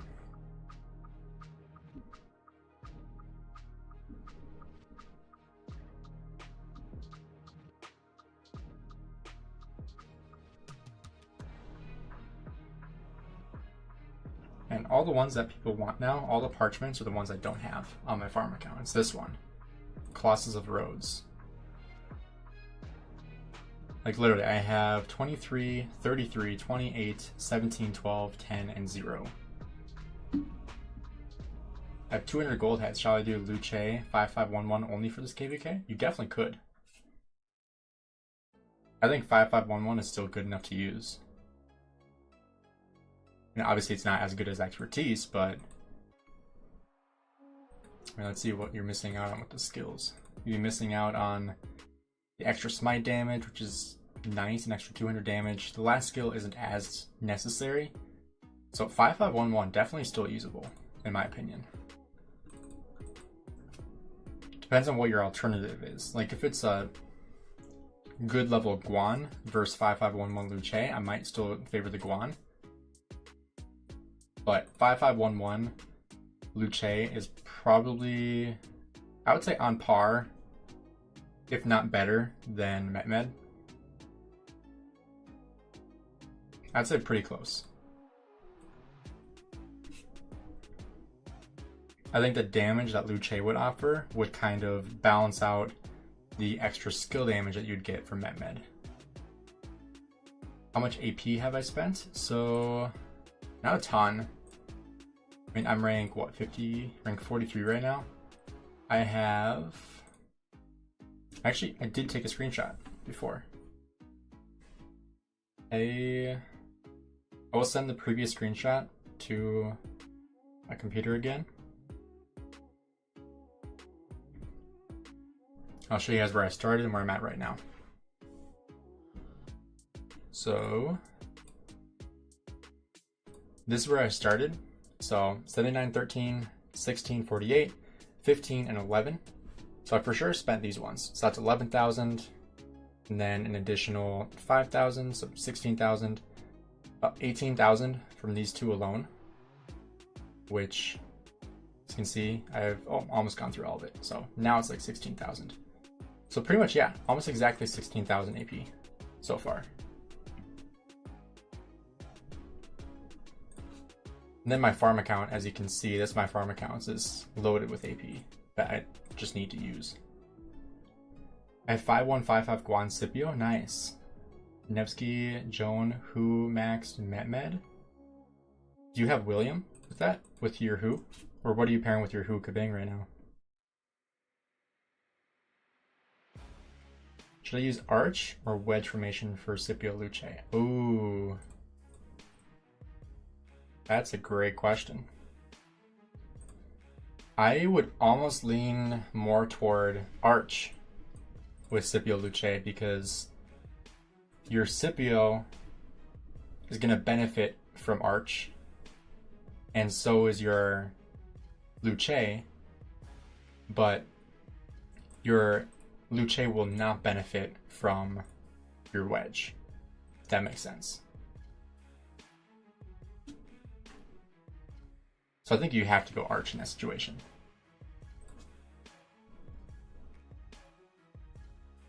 Especially, actually, yeah, I think Arch is a no-brainer because Scipio does 2,000 damage to 3 targets, and Luce does 2250 to 5 targets.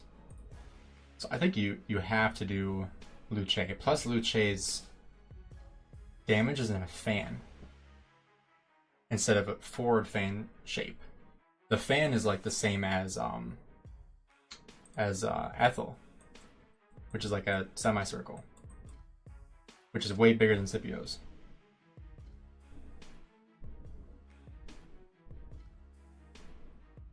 Who with MetMed was waiting for new Cav? Seems like I can't wait because it's KVK. Yeah, I mean, that's what I'm kind of thinking too, is do I just toss away Guan for this KVK and invest fully into Lu? Because I definitely have the heads to do it. I'm pretty sure I can just get into 5 right now.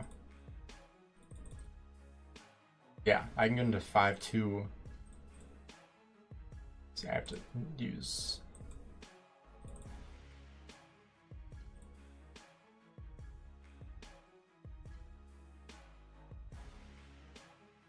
Would Luce be primary or secondary? I don't even know. Alright. So that puts him at 5-2. So... I can't remember if he'd be primary or secondary. Like Guan Scipio always has bad traits. That's the thing about Guan primary, is that, I mean, yeah, he does decent damage, but he's not there to do a ton of damage. He's there to silence your enemy. And then help your other troops do better, is essentially Guan's role.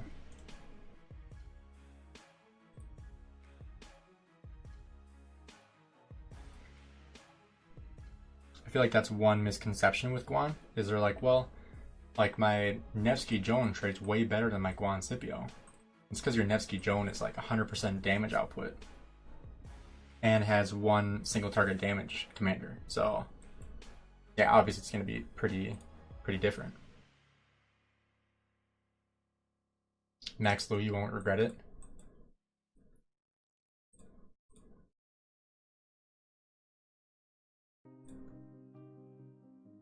See, the other thing with that though is I have really good armaments for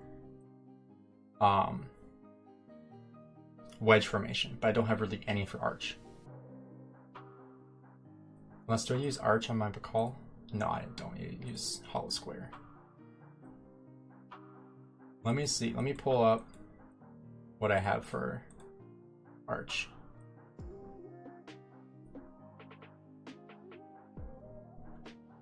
Yeah, see, I have 6 options. Infantry, health, defense. That's actually good though.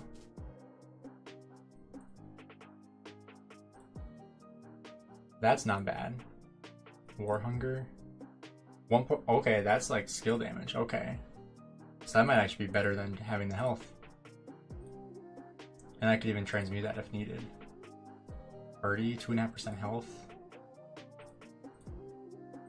I mean, these actually aren't bad. Pursuer.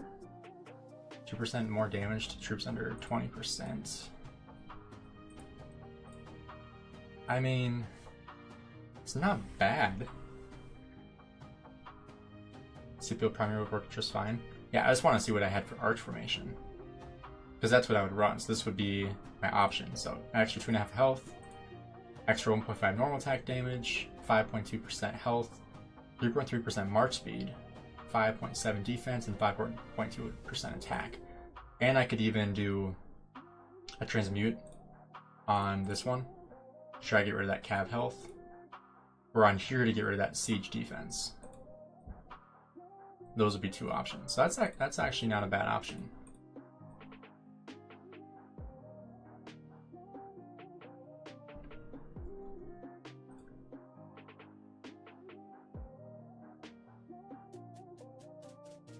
Yeah, I think Scipio Lu would be a good option to use. And I think in this KVK, with the fighting we're going to have, I think I need as much damage output as possible.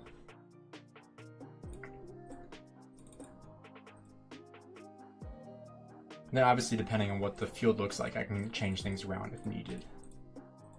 Because, you know, I have tons of infantry commanders to use. Like, I have McCall, Scipio, Guan, Harold, Alex, pretty much all completed. Sargon I have 5411. Tariq I have 5311. These two are kind of just in case I was going to be rallying in a lower seed. Leo worth it? Definitely worth it, yeah. For me, it's just finding out pairings, because I only run 2 infantry marches. So if I do max Luce, then I have to find one of my infantry to replace. For free to play, yes, Lu would be worth it for free to play for sure. What am I using this KVK?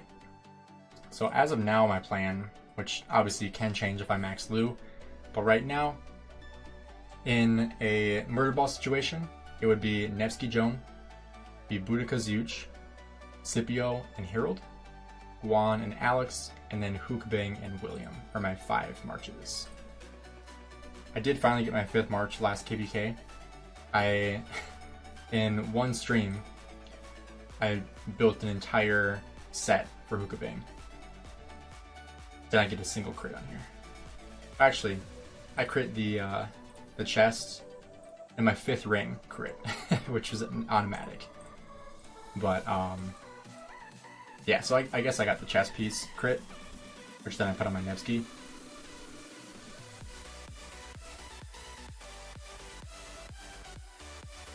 Shall I do Nevsky, Matmed, and Hu Joan?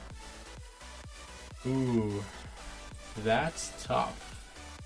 I would definitely prefer Metmed with Nevsky over Metmed with Hu or Metmed with Joan. So I do think that that would be what I would run. I would do Nevsky, Metmed, and Hu Joan. Yeah, that's what I would do. That is a great question though. But if you have William, William's better. William's a better option than Metmed. Because then you could do, yeah, exactly what Bonbon said, Nevsky Joan, and then Hu with William. That's going to be the best case scenario. And that's what I'm running.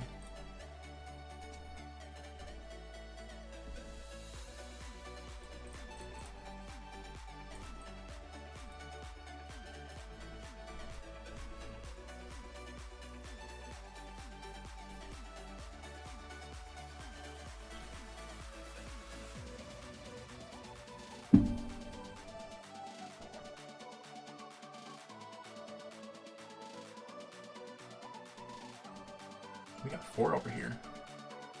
I haven't really seen clusters like this yet.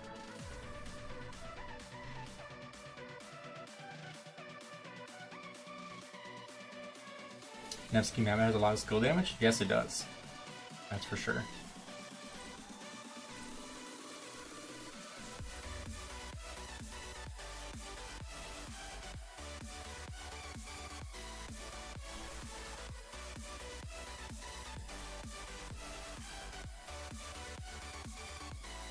What's best for Lu, primary or secondary? So I would probably do, I was debating that just a couple minutes ago actually. I honestly would probably lean more towards secondary. Just because like if you have a Scipio primary, he's going to be less of a target than a Lu primary, I think. Mainly because, you know, people know how strong Lu is right now. I think he's just a higher priority target for a lot of people. Because, you know, he does damage to 5 people, or Scipio does damage to 3. And Luce also reduces their march speed, so you're going to want to get him out immediately. So I think hiding your Lu is going to be better for you.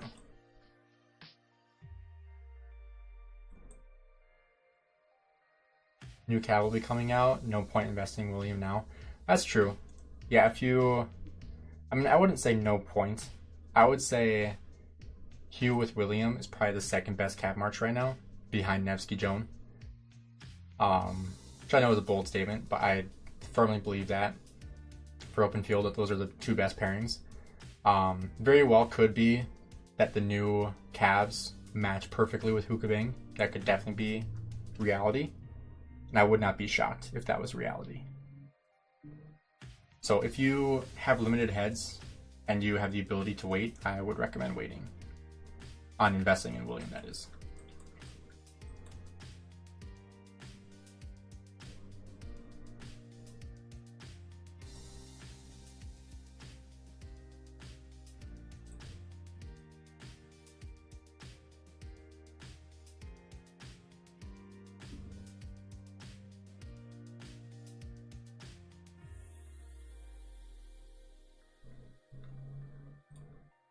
I don't have a third cav set.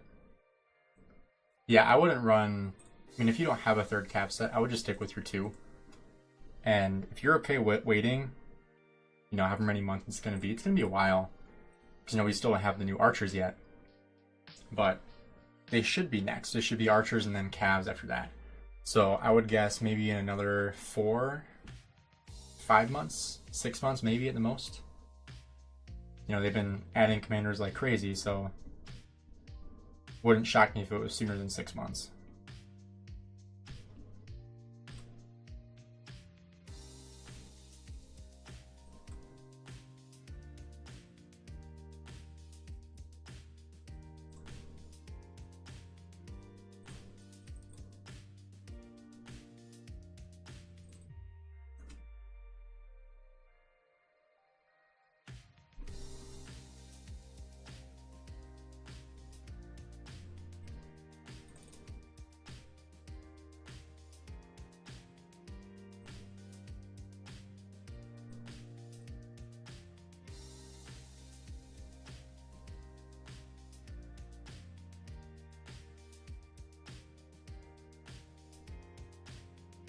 There, I got some better luck with this one. Top 40 now. I'm sure I'll be top 300 by the time I wake up in the morning, though. Plus, like I said, tomorrow's Thanksgiving, so I won't be on like at all tomorrow. Does Lou Herald work? Let's take a look.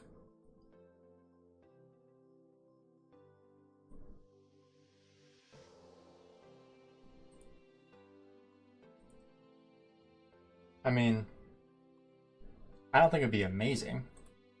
I think it would work, but I don't think it'd be great. I think there's better options available. Much better options available. I don't think... He'd probably be my 3rd or 4th choice. Probably 3rd choice. I would probably put him... I would probably put with... or probably put Lou with Scipio first. I would put him with Alex 2nd, and probably Harold 3rd. Would be where I would list him in the rankings.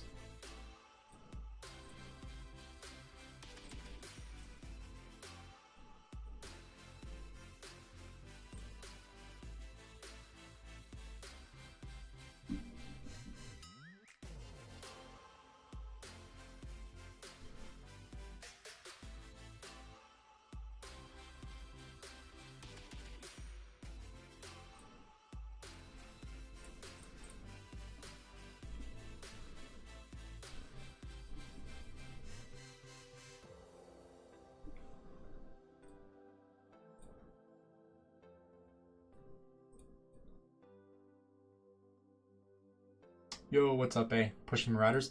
Not pushing, more so just participating. I'm not like pushing for a rank or anything like that. We aren't pushing for a top rank, at least not that I'm aware of. This is more so just for individual rewards, essentially. Then I have my farm account here too, or one of my farm accounts. Just be able to help trade with myself and other people in the kingdom. Since now you're able to trade with anybody in the kingdom, not just in your alliance. This makes it way faster to get stuff. So, like for example, I'll just show you. I'll go to my farm account here, and then trade with my farm. See, Gainz farm 4. We're gonna have to start merging with my farm though.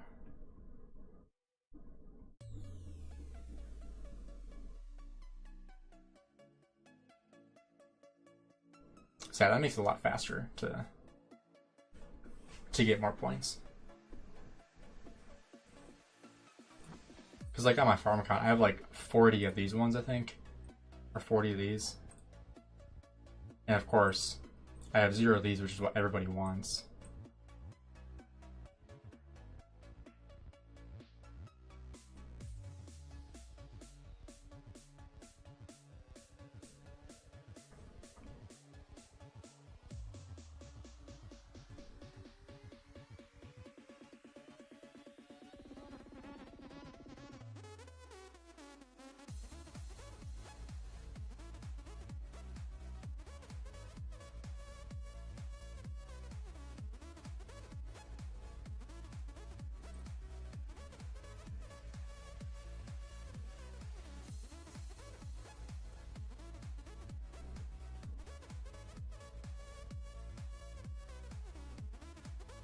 Everybody wants sometimes changes from the first. Oh, what everybody wants sometimes changes from the first to second day. Like for Marauders? Oh yeah, for probability. Yeah, exactly. That's why like on my farm account, like I'll show you guys what that looks like on my farm. I'll just screenshot it, message it to myself.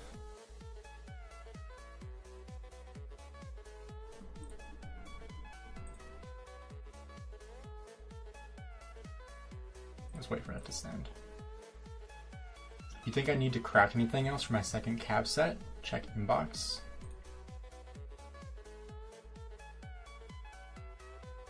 Am I checking in game or in Discord?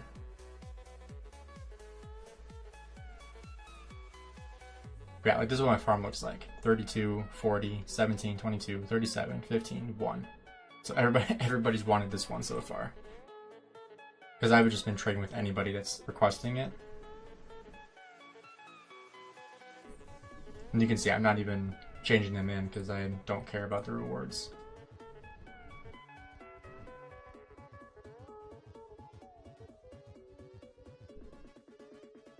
I'd rather someone's main account get it. But where are you sending the picture?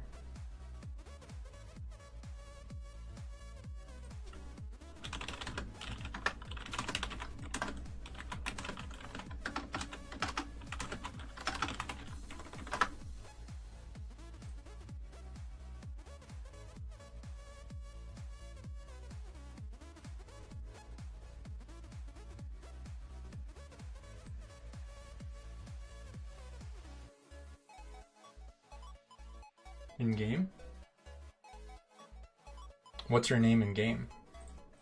Oh, there we go. Do you think I need to craft anything else for my second cab set? I would definitely craft the purple weapon over this one. And let's see what else we got. It's been a while since I've seen some of those.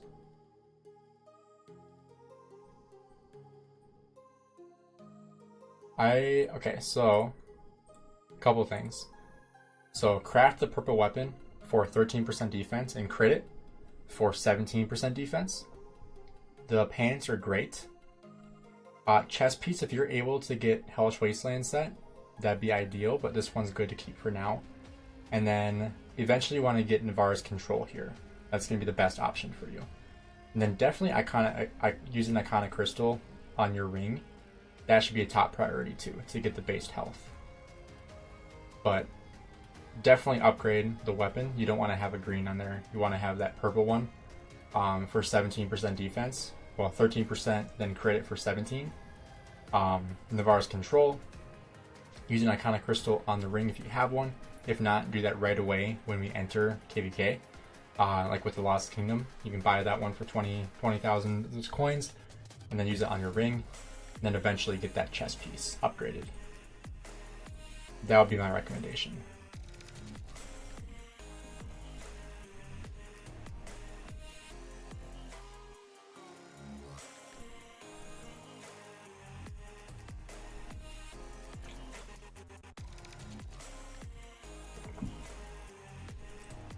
What's my goal for this KVK?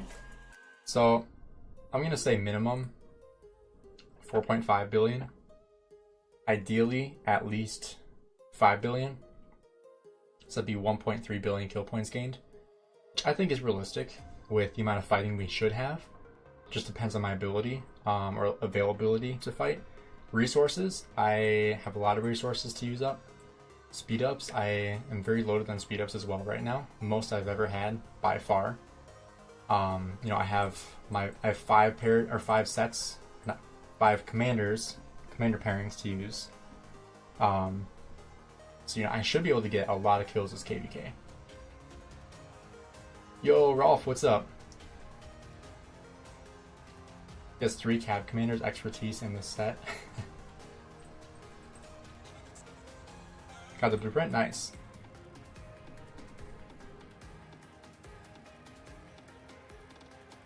Do I think that 1365 is too overpowered compared to the rest?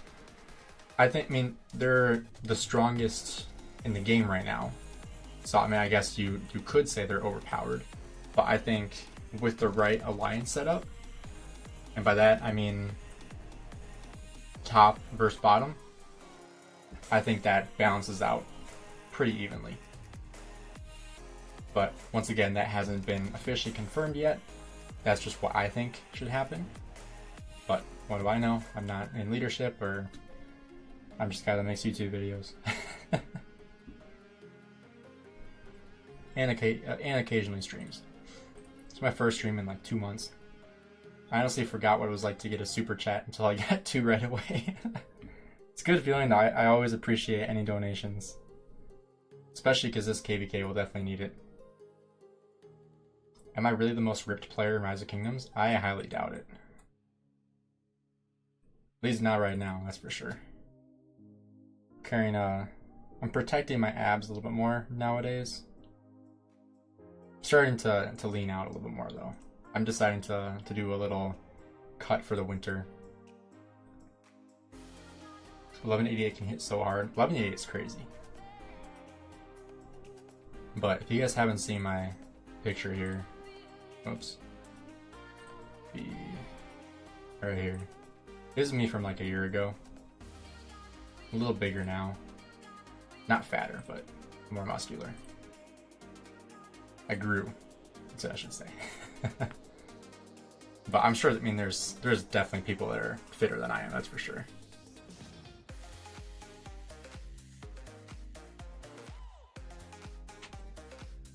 You're in 1188, wanted to go to 1846 last migration.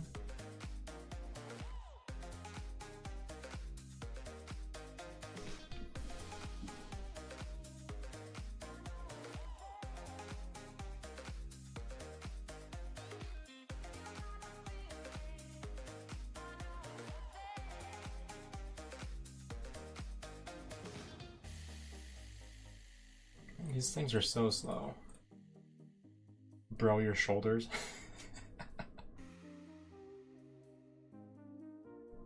That's probably my, I'd say, best part of my physique. It's probably my shoulders. They're huge. Thank you. I definitely try. It's like my favorite thing to train.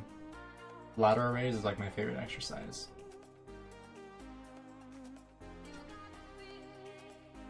And it's funny when you like, I don't want to say specialize, but like when you start doing a certain exercise and like really intensely try to grow in that exercise, and especially one that people are typically weak in, like a lateral raise, it just blows up that area.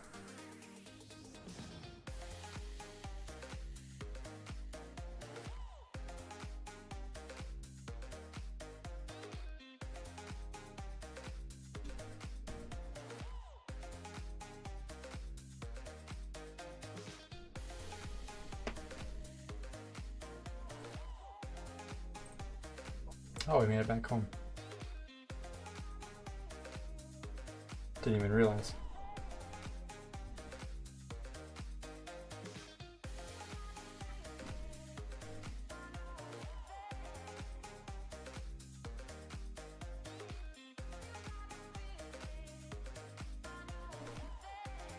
How often do I work out? Usually at least 5 times a week. Obviously this week is a little bit different because of Thanksgiving. I'm not working out tomorrow. My workout is eating. But I'll work out Friday again. Probably I'm traveling Saturday, so I won't be working out Saturday.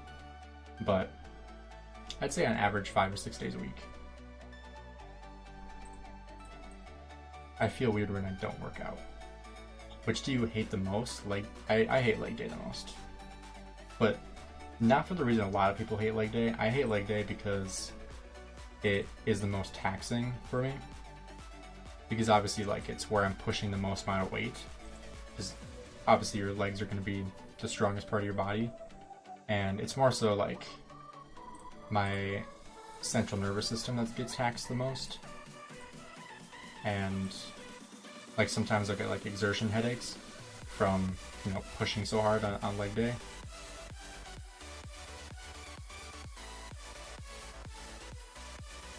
So that's the reason why I don't like it. Plus, you know, feeling like I can't walk the next day is never a great feeling either, but I can deal with that. It's more so feeling like I'm gonna pass out in every single exercise.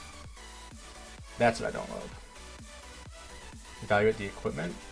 Take a look. It's almost identical to mine actually.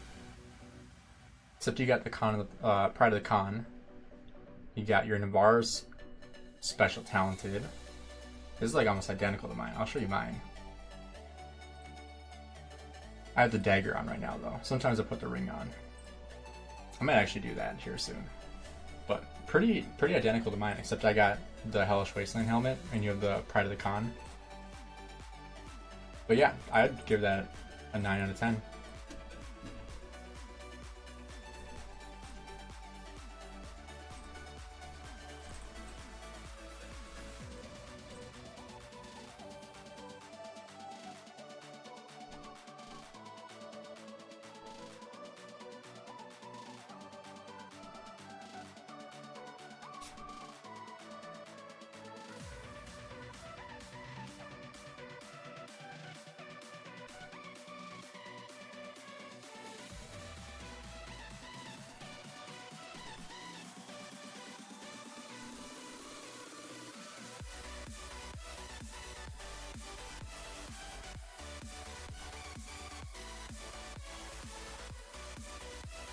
Got KVK Schwartz. Oh, sword? Did he? Did I look at that wrong? Oh, he does. Is that what? Sacred Dominion? Is that what it's called? Yeah. Okay, yeah, so yours is better than mine. I have Lance of the Hellish Wasteland, so you have another 5% cav attack than me. So yeah, that was definitely solid for sure.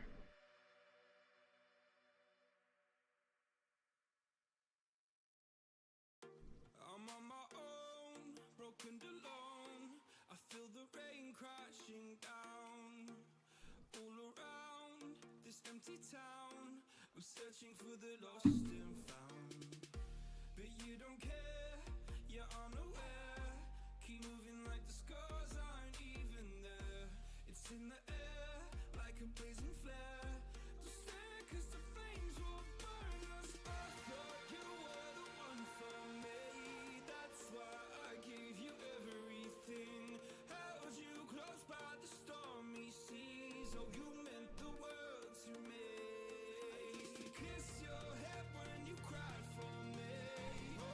Your account's only 500 days old? Are you serious?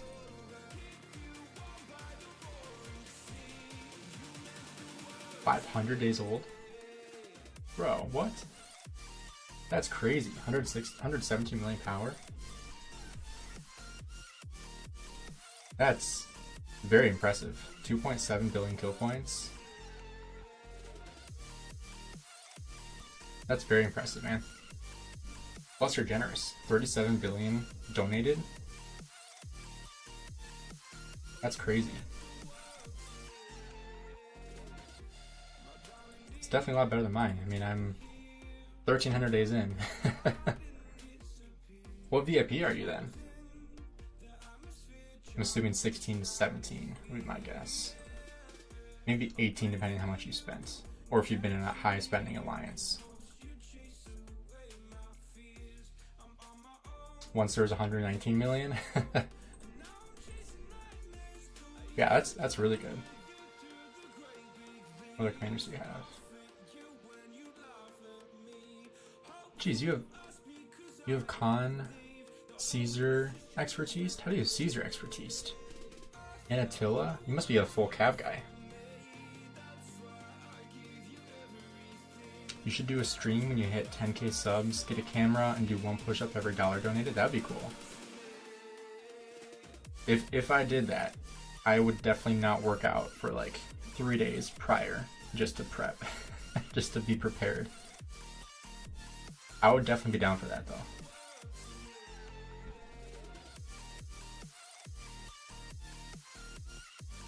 And then of course, like with my luck, Justin would definitely hop in and start donating like crazy, which I would 100% do a push up for every $1 donated.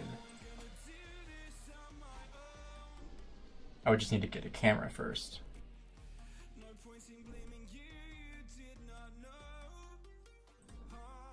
That's partially what like this goes to also, not just tech. It goes toward, you know, upgrading equipment, new mic, new setup stuff. Because everything that I get, I invest back into it. Including like all the ad revenue I make from videos, all that kind of stuff. All gets invested.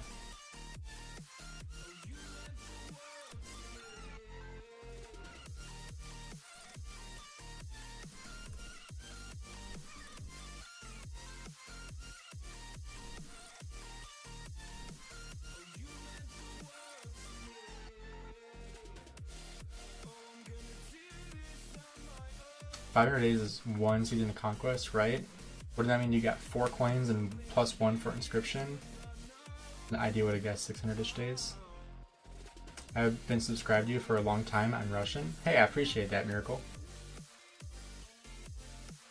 Yeah, I mean, if you've been playing for 500 days, that means I started my YouTube channel before you started playing.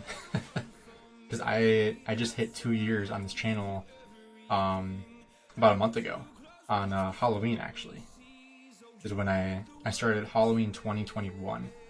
So it's been exactly 2 years since I started.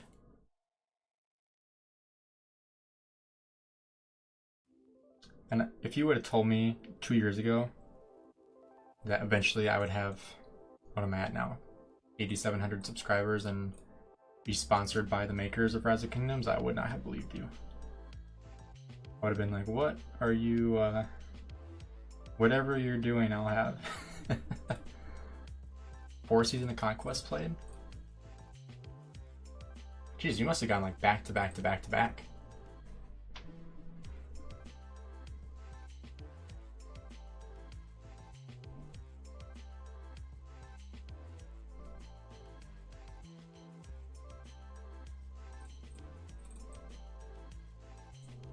I finally hit 1 year of speed ups. Nice.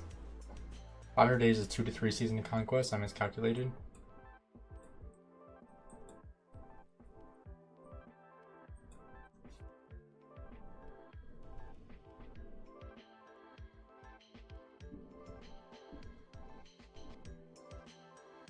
Gainz, I've sent you my best cav set. Alright, let's see it. Holy moly. Yeah, that's pretty good. You get the crit KVK helm, crit KVK weapon, crit hands, crit chest, crit gloves. Jeez, only thing you're missing is the boots and the accessories. Man, looks like you're a garrisoner too. 2359. That's crazy, man. How old is your account? 978.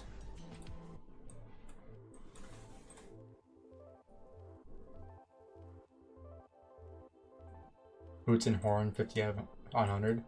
Are you specializing like just one set, or do you have multiple sets?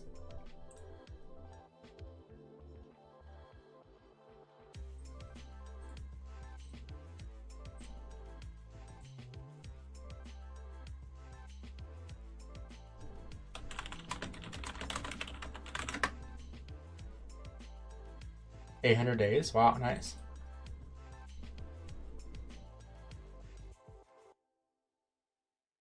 Are you like a cav specialist then, since you're also a garrisoner?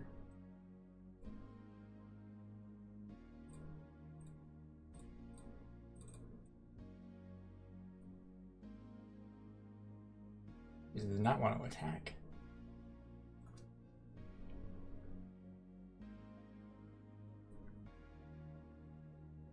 Oh, you play one cav march. Gotcha. That makes sense. That's definitely one really good cav march, that's for sure. And if you're running Nevsky Joan, you got the best open field march in the game to run, so it's definitely not a bad play by any means.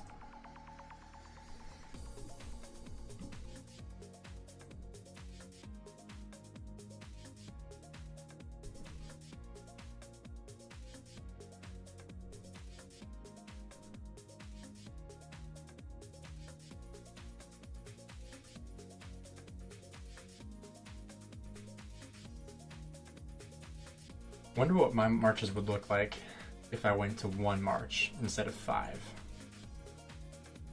I'd probably be able to get a fully crit set, I would assume. I feel like I'd be able to, because of how many blueprints I've crafted and how many things I've crafted. I haven't done any refines at all, ever. I honestly, the thought of refining stuff kind of grosses me out a little bit, because I feel like when you don't get it, when you get like a 25 out of 100, it's just more demoralizing than when you craft something and don't crit it. I feel like it's even more demoralizing. Is it better to focus on one set of legendary or multiple? I'm trying to craft legendary set for all 5. I always recommend multiple, to be honest. Just because like you're gonna get better trades when you have multiple good marches versus just one great march. Unless you're in a ruins fight, but I mean that's really only in KVK 3 where you have to worry about that. So I always tell people it's better to focus on multiple. But if you're like a garrison or a rally lead, then obviously specializing with one is definitely a good idea too.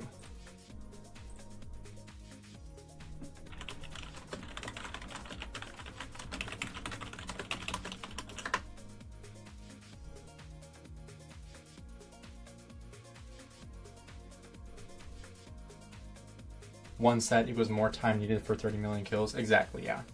Like you're gonna be able to get a lot more kills with multiple marches, even if their sets aren't as great. Hey Mystic, what's up? How you doing?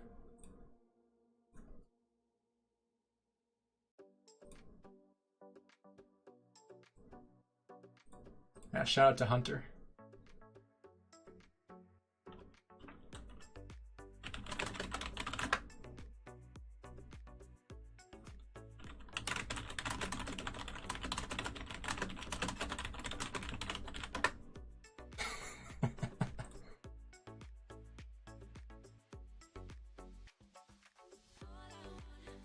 Gainz Gaming stream, yeah. Just got back in the game, nice. How many accelerations can you get in active kingdom during the rest period?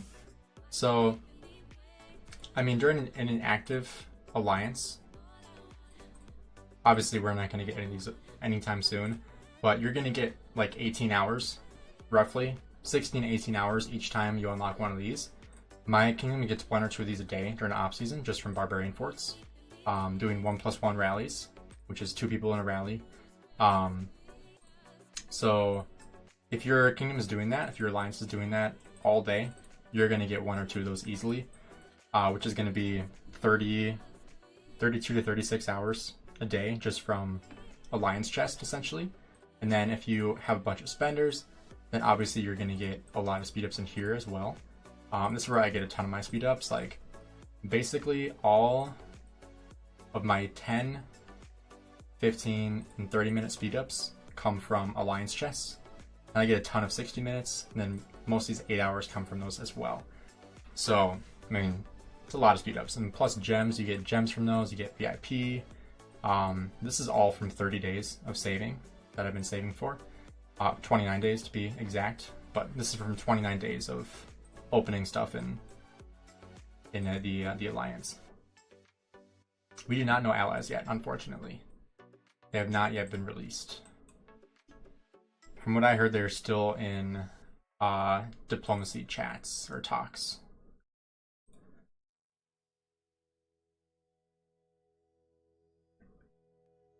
Shappy's waiting to max Herald.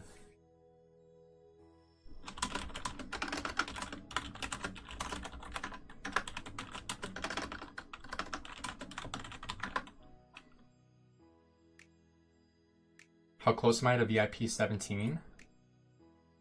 Very far away. Pretty much nowhere close. I'll show you in a sec here.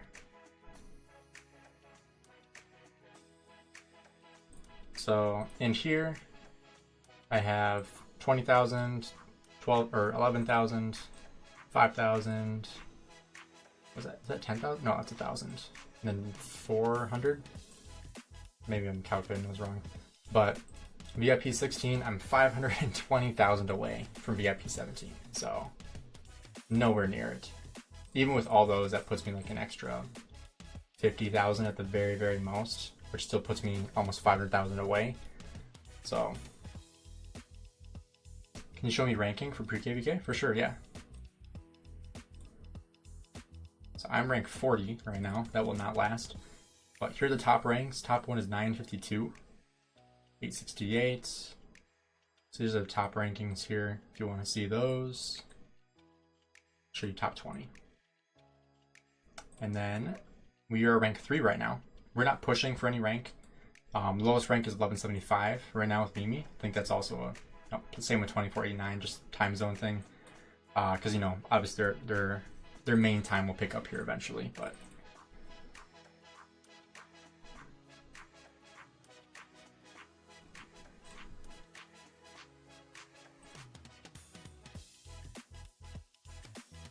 I think 365, 846 versus rest looks the most balanced.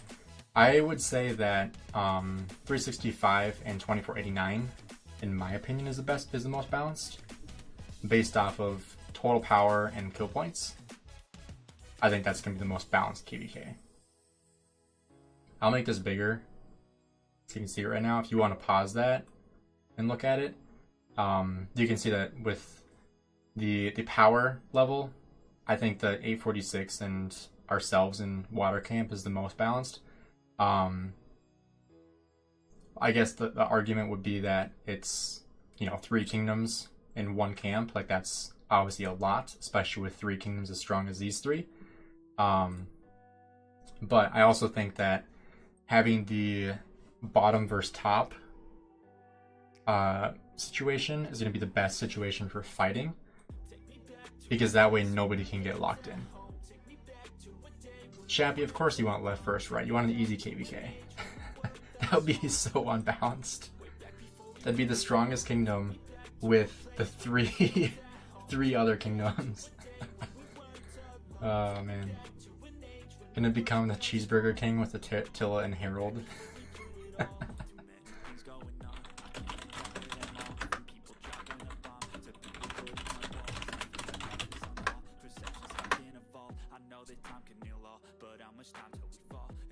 Chilly outside when there's no shelter to hide, when everything is a lie. You'll find that out in some time, but when the things on your mind 2489 versus 1846, who would win 1v1? I think that'd be pretty close. I think it's hard because 2489 had a lot of people, I don't want to say a lot of people, but had people migrate out. I know 846 had quite a bit of people migrate in. So it's hard to kind of say. I guess if you go based off like previous KVKs, I would probably put my money on 846. But I think it'd be very, very close. If we have to fight 365, you better be ready to cheese. Oh, if we're well, we probably will be fighting 365 regardless. Because if we don't, the KVK will be over pretty fast. But yeah, Will of D, so 12-inch and Furious are both in 1365. So in other words, Shappy, you and I have to pair up against Furious and 12-inch. We have to find like an empty spot in the field, and the 4 of us have to fight, you and me versus them 2, and see who wins, because it'd be the battle of the 365 versus 1079 YouTubers. I think that'd be really funny. It's fair too. It's a 2v2, and I feel like it's not super unbalanced, right? Because I know, does Furious spend on Crystal Attack? I'm not sure if he does or not. Obviously 12-inch doesn't, but 12-inch is probably gonna take first place of honor from Awi Barbing. I'm down to ruin 12-inch. He doesn't spend, oh, Furious doesn't spend on tech either.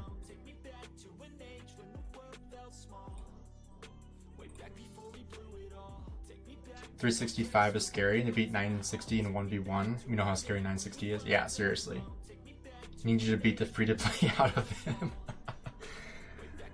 That would be really funny.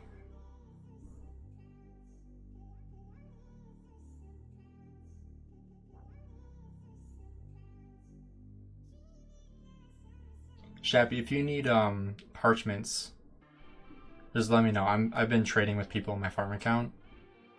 I just trade with everybody that's asking for one.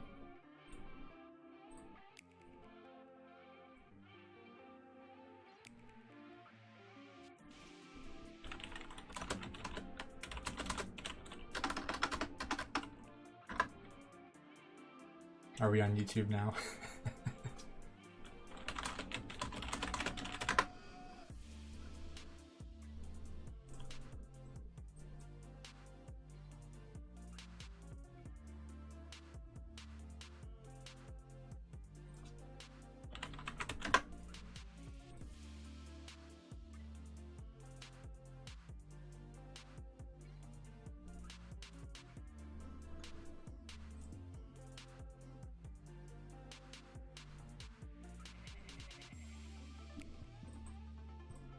Alright, let's trade these in and see what we got.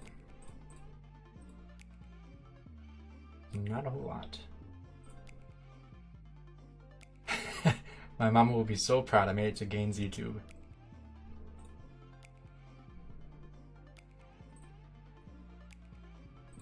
you recommend to be in a 2 Alliance Kingdom or 4 Alliance Kingdom? I think the game is shifting toward a 2 Alliance Kingdom for sure. But depends on what you're looking at. Like if you're looking at 4 active alliances, like that's going to be an Imperium Kingdom for sure. Because we're a 2 Alliance Kingdom now.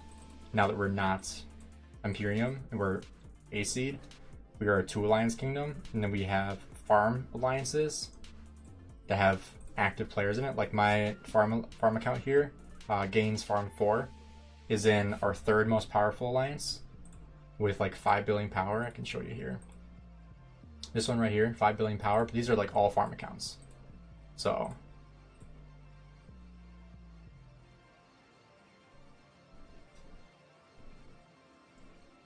I like 4 for activity, but we gotta be careful. Yeah, exactly. You gotta avoid Imperium at this point, honestly.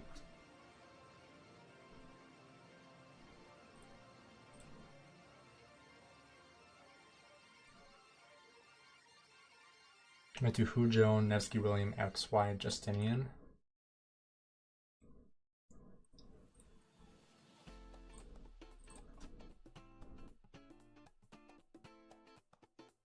Shappy, what place are you in here?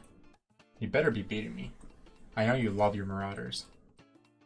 I didn't start till like 3 hours after, 2 hours after reset.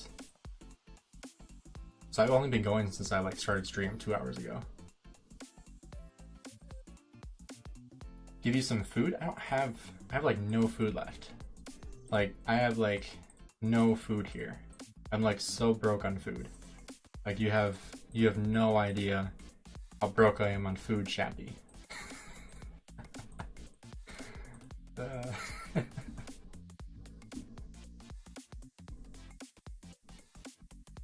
Started late, family in town. Yeah, tomorrow I won't be on like at all, so you can catch up to me tomorrow. And then I work Friday because it's Black Friday, and I mean I already talked to you about my sales situation, so gotta make the most of it.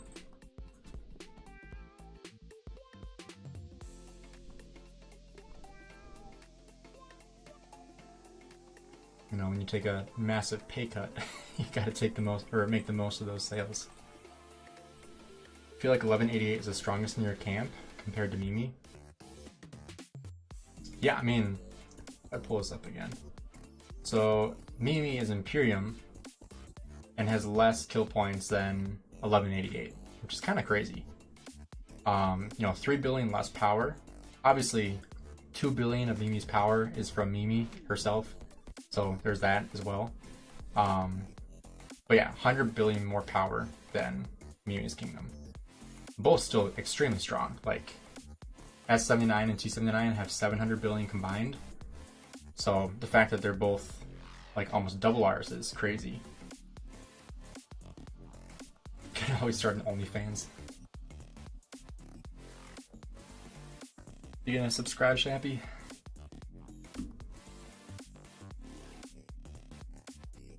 $11.88 1 KVK against 24.89. Yeah, honestly, I think the biggest surprise in this KVK is the fact that they paired 3 really solid kingdoms with one another. Like, it would have made more sense if they paired 2 kingdoms in this zone, like 1079 and 1188. That would make more sense. Or 1079, 1175, or 1175, 1188. That would make way more sense. But the 3 kingdoms, I feel like that's a little much, to be honest. What do you guys think about that? Do you guys think that these 3 kingdoms in one camp is like way too much? I'm also worried about being extremely crowded. Like, there's no way we're going to be able to gather or hit barbarians in zone 4. So that kind of sucks. But I mean, that's not the end of the world.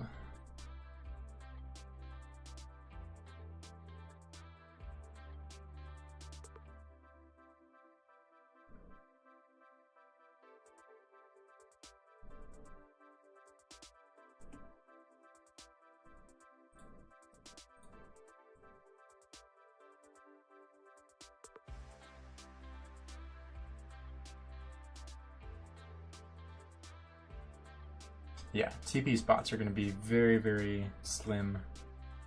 When it comes to fighting, like, we're going to have like 10-minute walks to the fight. It'll be more balanced because 1365 was like 1093.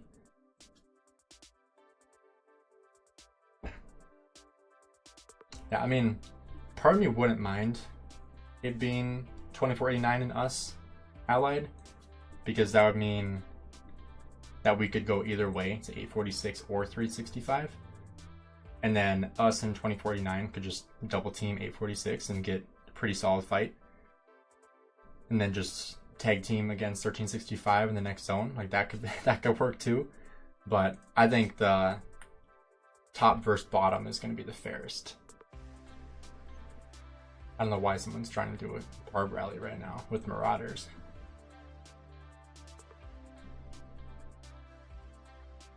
Never understood when people do that.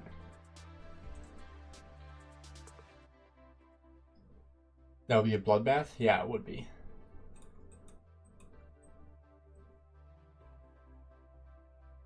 We would get murked. The nice thing though, Shappy, is that this fighting won't last 3 hours like last KVK. Like, if you miss the first 8 hours of the fight, there's still going to be fighting after those 8 hours. Unless we lose in 8 hours. That'd be the only way there isn't. But I don't foresee that happening either.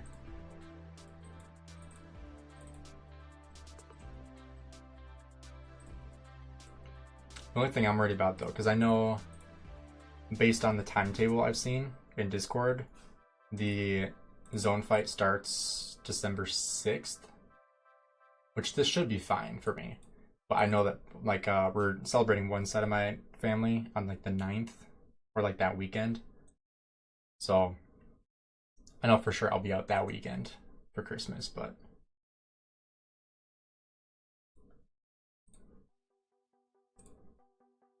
I like with 2489 and lock 846. Losing trades like we did against 1v. Yeah, their tech is going to be crazy. They're all going to be max tech, and that's going to suck. Like, even if you 5x around somebody, you're still probably going to lose a trade. Because they're going to have all max tech, probably 7 marches, and if they turn around and swarm you, you're melted in seconds.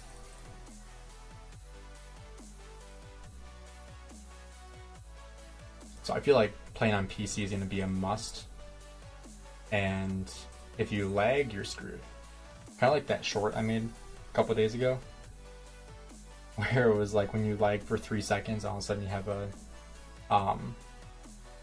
what do you call it? Oh, I can't even think about it now. Fate changer, that's what it's called. Like when you lag for 3 seconds and then your game refreshes and you have a fate changer. Unless I max Herald. At that point, like, what are you going to pair with him, though? Like, Scipio or Alex? Because Alex Herald gets wrecked if you get swarmed. One of you get destroyed in the last KVK? Yeah, I mean, they were also fighting against 1960. Not against an A seed.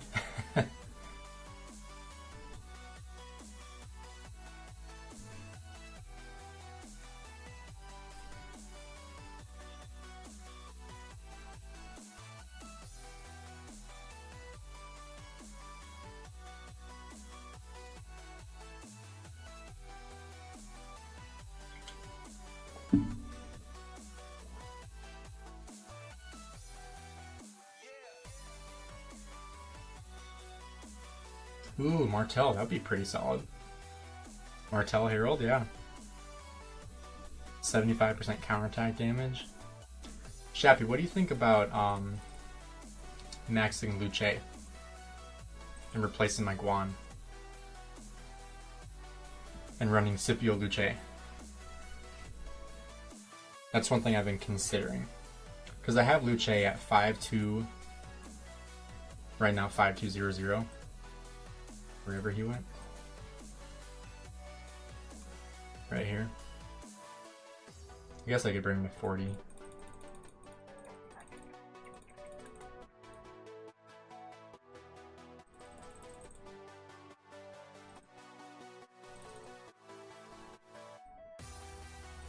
let's just bring him to 40.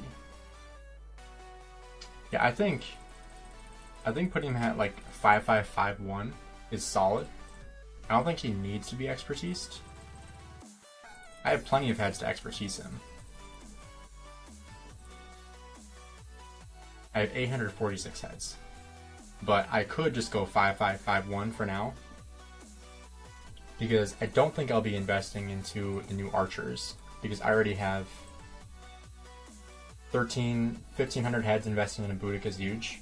Like, I'm not going to go back on that investment. I'm not going to replace Boudica, because she's literally like a year and a half old. I'm not going to replace her. So I think it's either wait for the next Cavs and replace William, that I literally just invested into, or I replace Guan, who I invested into like 2 years ago, or 3 years ago, right? So I think replacing Guan makes the most sense, but I also don't want to lose the main reason why I use him, which is his silence. Oops. Make sure that's even. My archer gear sucks. Definitely could be improved. No, my Guan is not maxed. I mean, I won't do it until KVK, or until like fighting starts. But I was looking at gear, or not gear, but the armaments, because I would run arch, and I only have like very few options for each one. Very limited options, but this is actually like what my armaments look like, which isn't horrible, because I get 1.5% extra normal attack damage, which for Luce is really good. Extra 2% damage to under 20%, not huge. Extra 2.5% health, and then 5.2, 5.7, 5.2, and 3.3% march speed, which is pretty decent.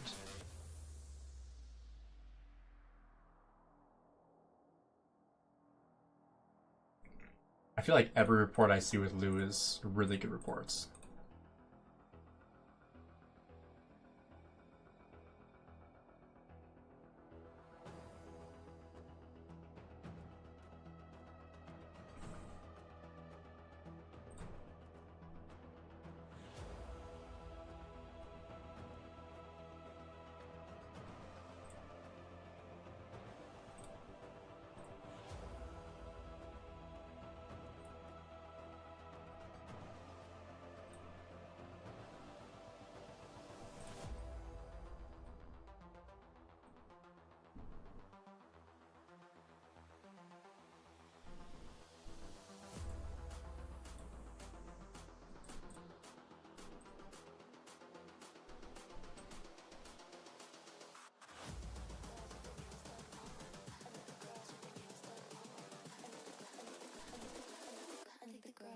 I'm getting like another 500 gems from this. Give or take.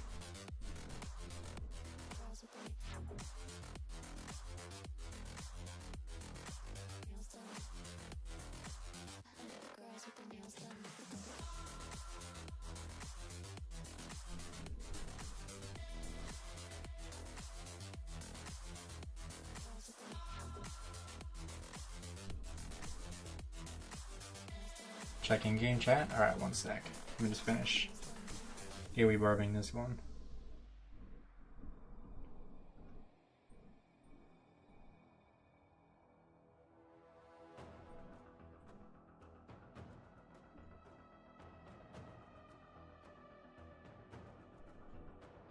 Oh, nice. 10% health. Oh, wow. I didn't realize your archer set was that invested into. Making gloves next iron or mobilization. That's solid, yeah.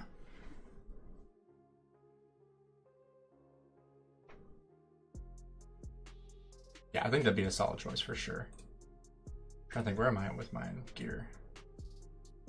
I need, probably gonna keep this as long as I can, but helmet, pants, and boots could definitely be the next ones to upgrade. But obviously I'm not gonna touch anything. I would love to like craft some gear for KVK, but I'm not gonna touch anything until we get the new update with you know, like the update system, because I don't know what all is changing. I know there's gonna be a lot of changes, and I don't want to use up a ton of stuff that I might need for that update. All those armaments are counterattack. I have 7.5%. Jeez, that's great for Boudica. You definitely need that. I gotta open up these at some point too. We might do like a opening all my hoarding stuff stream where I open up all this crap. Like this is almost 4 months of magic chests from like the daily quests.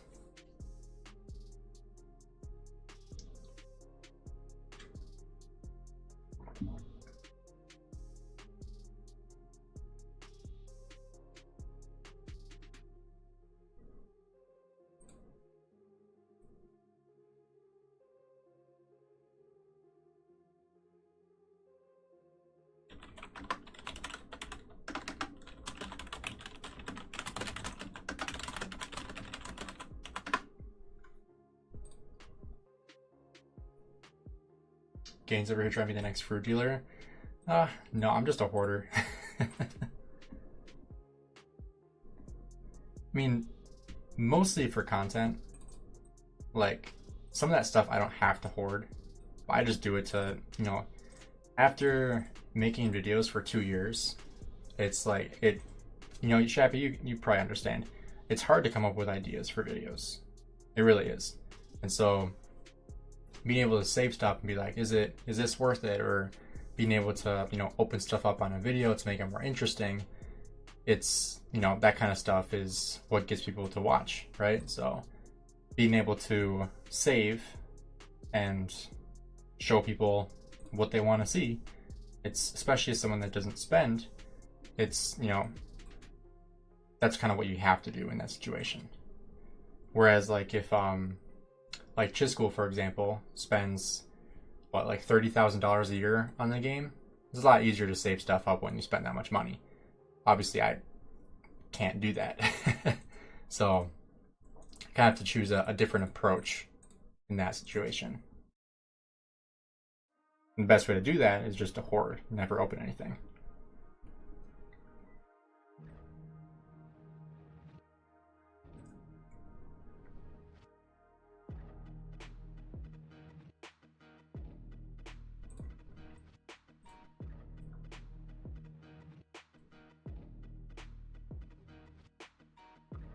Shappy, you enjoy War of the Ruins?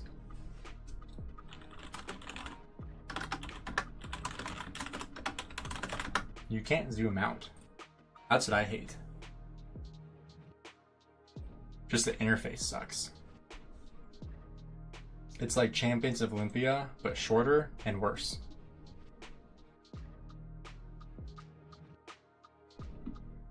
I mean, don't get me wrong, I still do it to get the gold head, but that's the only reason why I do it. At this point, I don't really even do Champions of Olympia anymore. Because you have to play for like at least an hour to get, what, 2 gold heads? Which is, in my opinion, not worth it.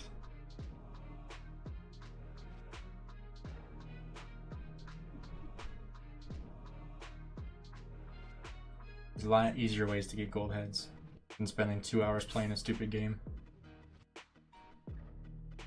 If Champions of Olympia was fun, it'd be different. Better than Ian's? Ian's I don't mind. You get a lot of rewards for Ian's. I wish it was gold heads, but I mean Ian's takes what, like 20 minutes tops?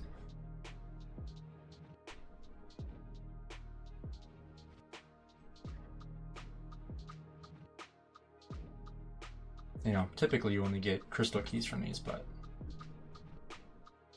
yeah, Champions of Olympia is horrible. And like the new system for ranked is the stupidest thing I've ever heard of. They only let you play certain times of the day, and you have to have a designated group of 5. I don't think they realize how hard that is. And then it takes 15 minutes to find a match when you do.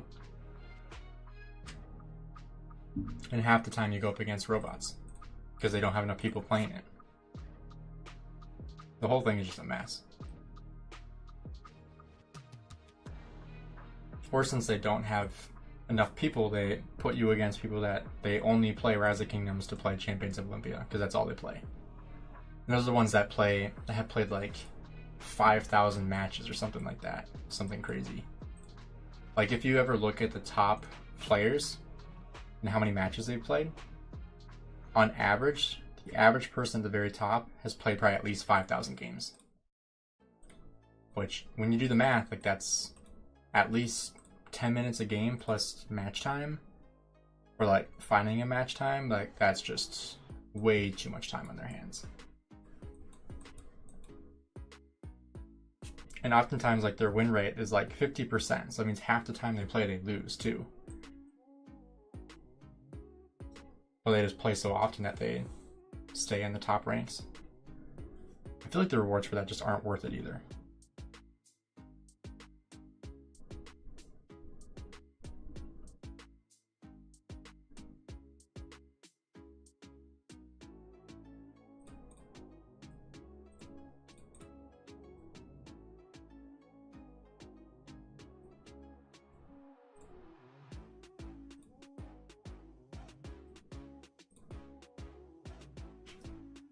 Low-key been choosing Minecraft over Rock lately? Really? Just like building stuff or what? Shappy, I just trade with you on my farm. You're welcome.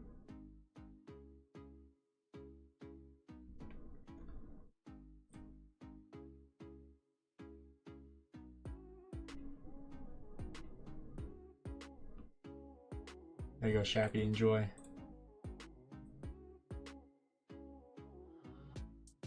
There we go, rank 30, nice.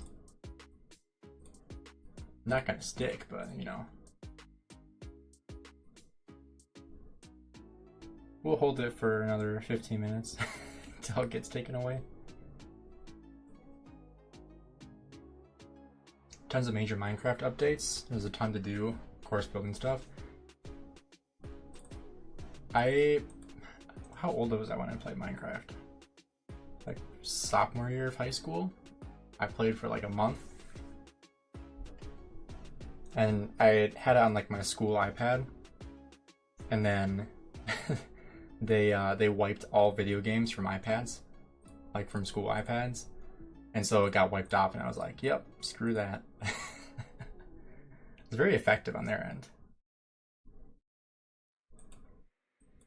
Because they just like a manual wipe of anything that wasn't labeled as education. Which makes sense, you know, it was a school-owned iPad, so. But like we got to like take it home and download like our own stuff on it, but then they found out all people did was play video games on them, so. Which is very true.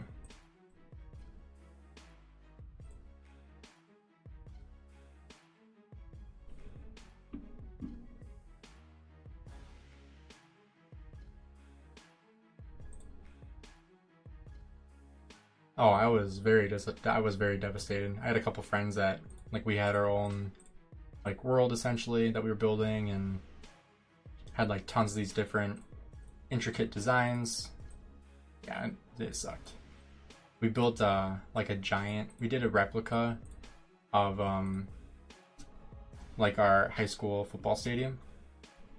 And it actually looked really cool. Like we probably could have submitted that for like a graphic design class and gotten a good grade on it.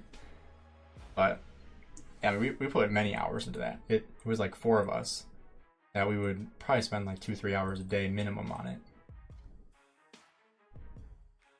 So yeah, that definitely sucked. Since then I haven't played it. So it's been what would that be?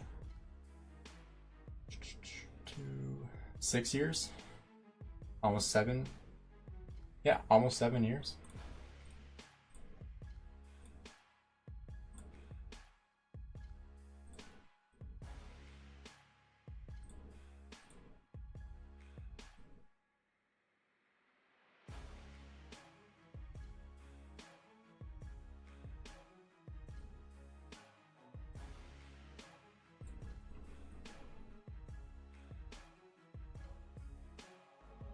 I don't know how we still don't have allies yet.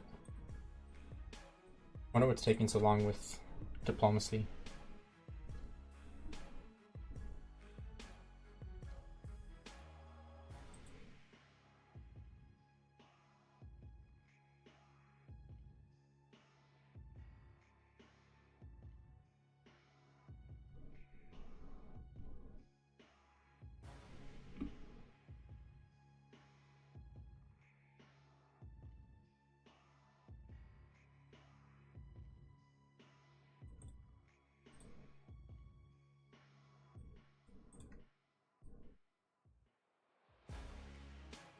Probably someone complain about teams? Probably, yeah.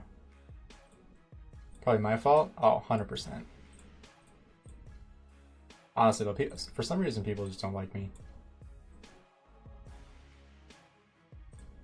Like, there's a couple people that, somewhere in like 1960, I won't name any names on live here, but some people, like, they don't have a reason to dislike me, they just do.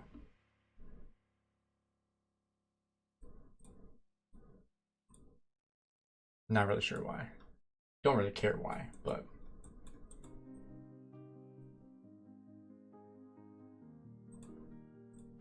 one of my favorite quotes. I know I heard Tom Holland say this, but I think he heard it from somebody else. But one quote that he said that I love, especially being, you know, a content creator, is like if somebody doesn't like you, you should not care if they don't have your phone number. Because if they don't have your phone number, then they're not important enough to you to have their opinion have any effect on your life. Which is extremely true. That's true in like outside of, you know, being a content creator or someone in the public eye. Like if they don't have your phone number, if they don't actually know you, then why would you let their opinion take any hold on you? After you lambasted 1307, what does that mean? Lambasted? Never heard that word before.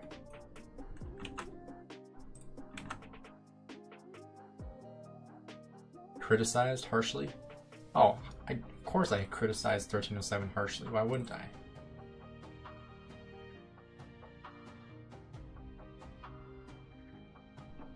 What, did their feelings get hurt?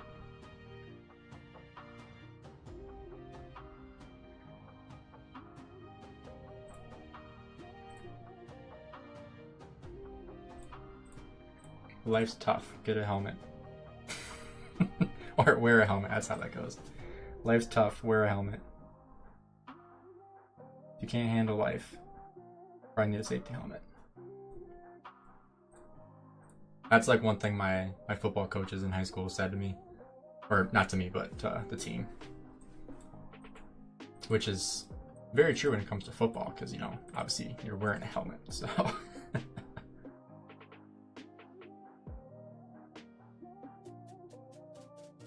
But yeah, I definitely was critical of 1307 and of that KVK in general. I mean, obviously we lost, and 1034 also did very poorly in that KVK. before they got their mass migration in, of course. Glad to force you to Google something. Yeah, I've never heard that word before. Lambasted. Usually, like, with words I don't know, I can usually just, like, take the, you know, like, if it has, like, Greek or, like, Latin origin, like, I can kind of figure it out. Because I'm good at English. But some words, like, I've never heard that word before. Lambasted. I figured it meant something about being critical, but that's just the, since I knew I was critical about 1307, so.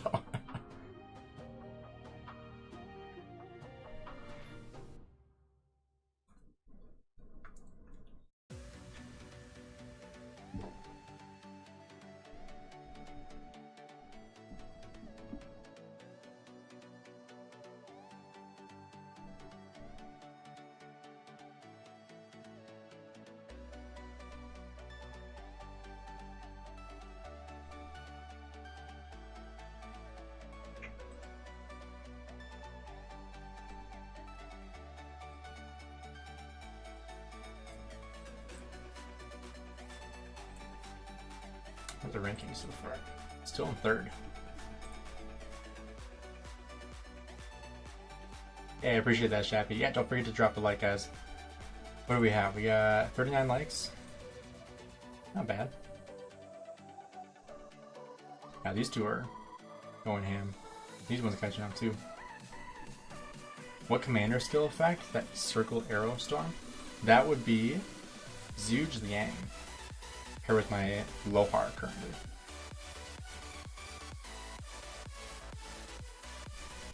That would be this guy right here. One of the new archer commanders. Newish. Came out late May. Expertise thing in June. So he has a circular AoE similar to YSG, except a bigger area of effect.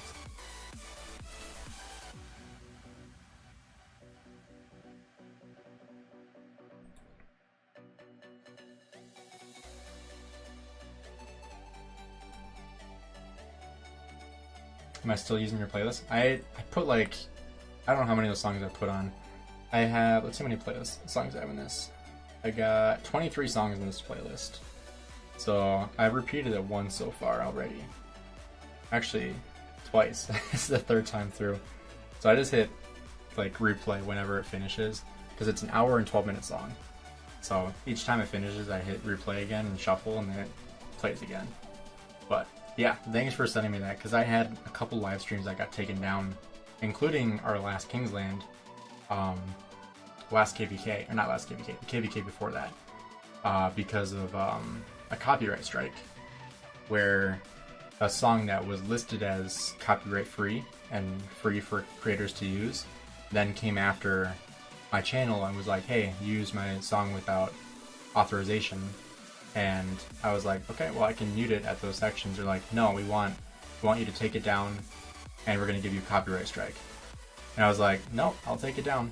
And I didn't get a copyright strike, because I don't know if you guys know this, but if you get a copyright strike, you can get 3 of them in a year.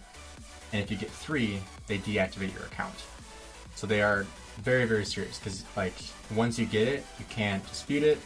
Like you're stuck with it. So once you get 1, it's like, okay, well, I cannot get a second one, because if I get a second one, then I like can't even post for the next like 6 months, because I don't want to risk getting the 3rd. So yeah, that happened.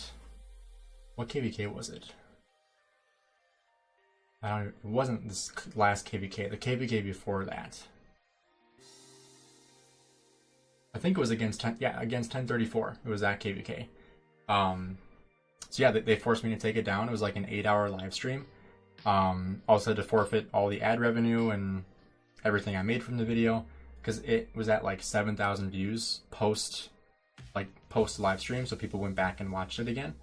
And so like, I don't know how much money I had from ad revenue, but it was a decent amount. I think it was actually my most profitable live stream, and they took the ad revenue and I had to take the video down, so that really sucked. So that's, I know Chisgule has talked about this, how like creators are definitely like at a high amount of risk when they post stuff, because all the people have to do is like be like, yep, this is my song, I want their ad revenue, and they can file a complaint and you can get your YouTube channel taken down. Yeah, seriously, chat, it sucked. I feel like I told you and Plato about it, but it was a while ago, so. Hey, Allies, thanks. Yeah, it should be a good KVK regardless of Allies. But I'll make sure I keep you guys posted on when we get Allies figured out. But I think I'm going to end the stream here. You know, it's been close to 3 hours. So thanks for everyone who joined in. We made a pretty decent push with Marauders, almost top 30.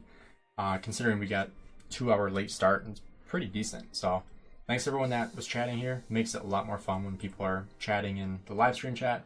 Makes it just more enjoyable for me too. But huge shout out to the people who donated to LST Soul and Siri Makey or Mr. Mitch. Huge shout out to you guys. Really appreciate the support, whether you're just here hanging out or donating. So I appreciate all of you guys. But thanks for checking out the video, or checking out the live stream, I should say. Make sure you guys stay tuned for future videos and updates on this KVK. Hopefully this should be a good one. I am really excited to start streaming it. Once we get into fighting here, because we're probably going to be fighting 1365 in that first Zone 4 pass. So make sure you guys stay tuned for that. I'll definitely keep you guys posted on the dates for that, as also the times. I'll just like schedule like a stream, that way you guys know exactly when it is, and you can set aside time for that. So thanks for being in the live stream, everybody. Have a great rest of your night. Have a great Thanksgiving to everybody in America and anyone else who celebrates it. So have a good night, guys. Talk to you later.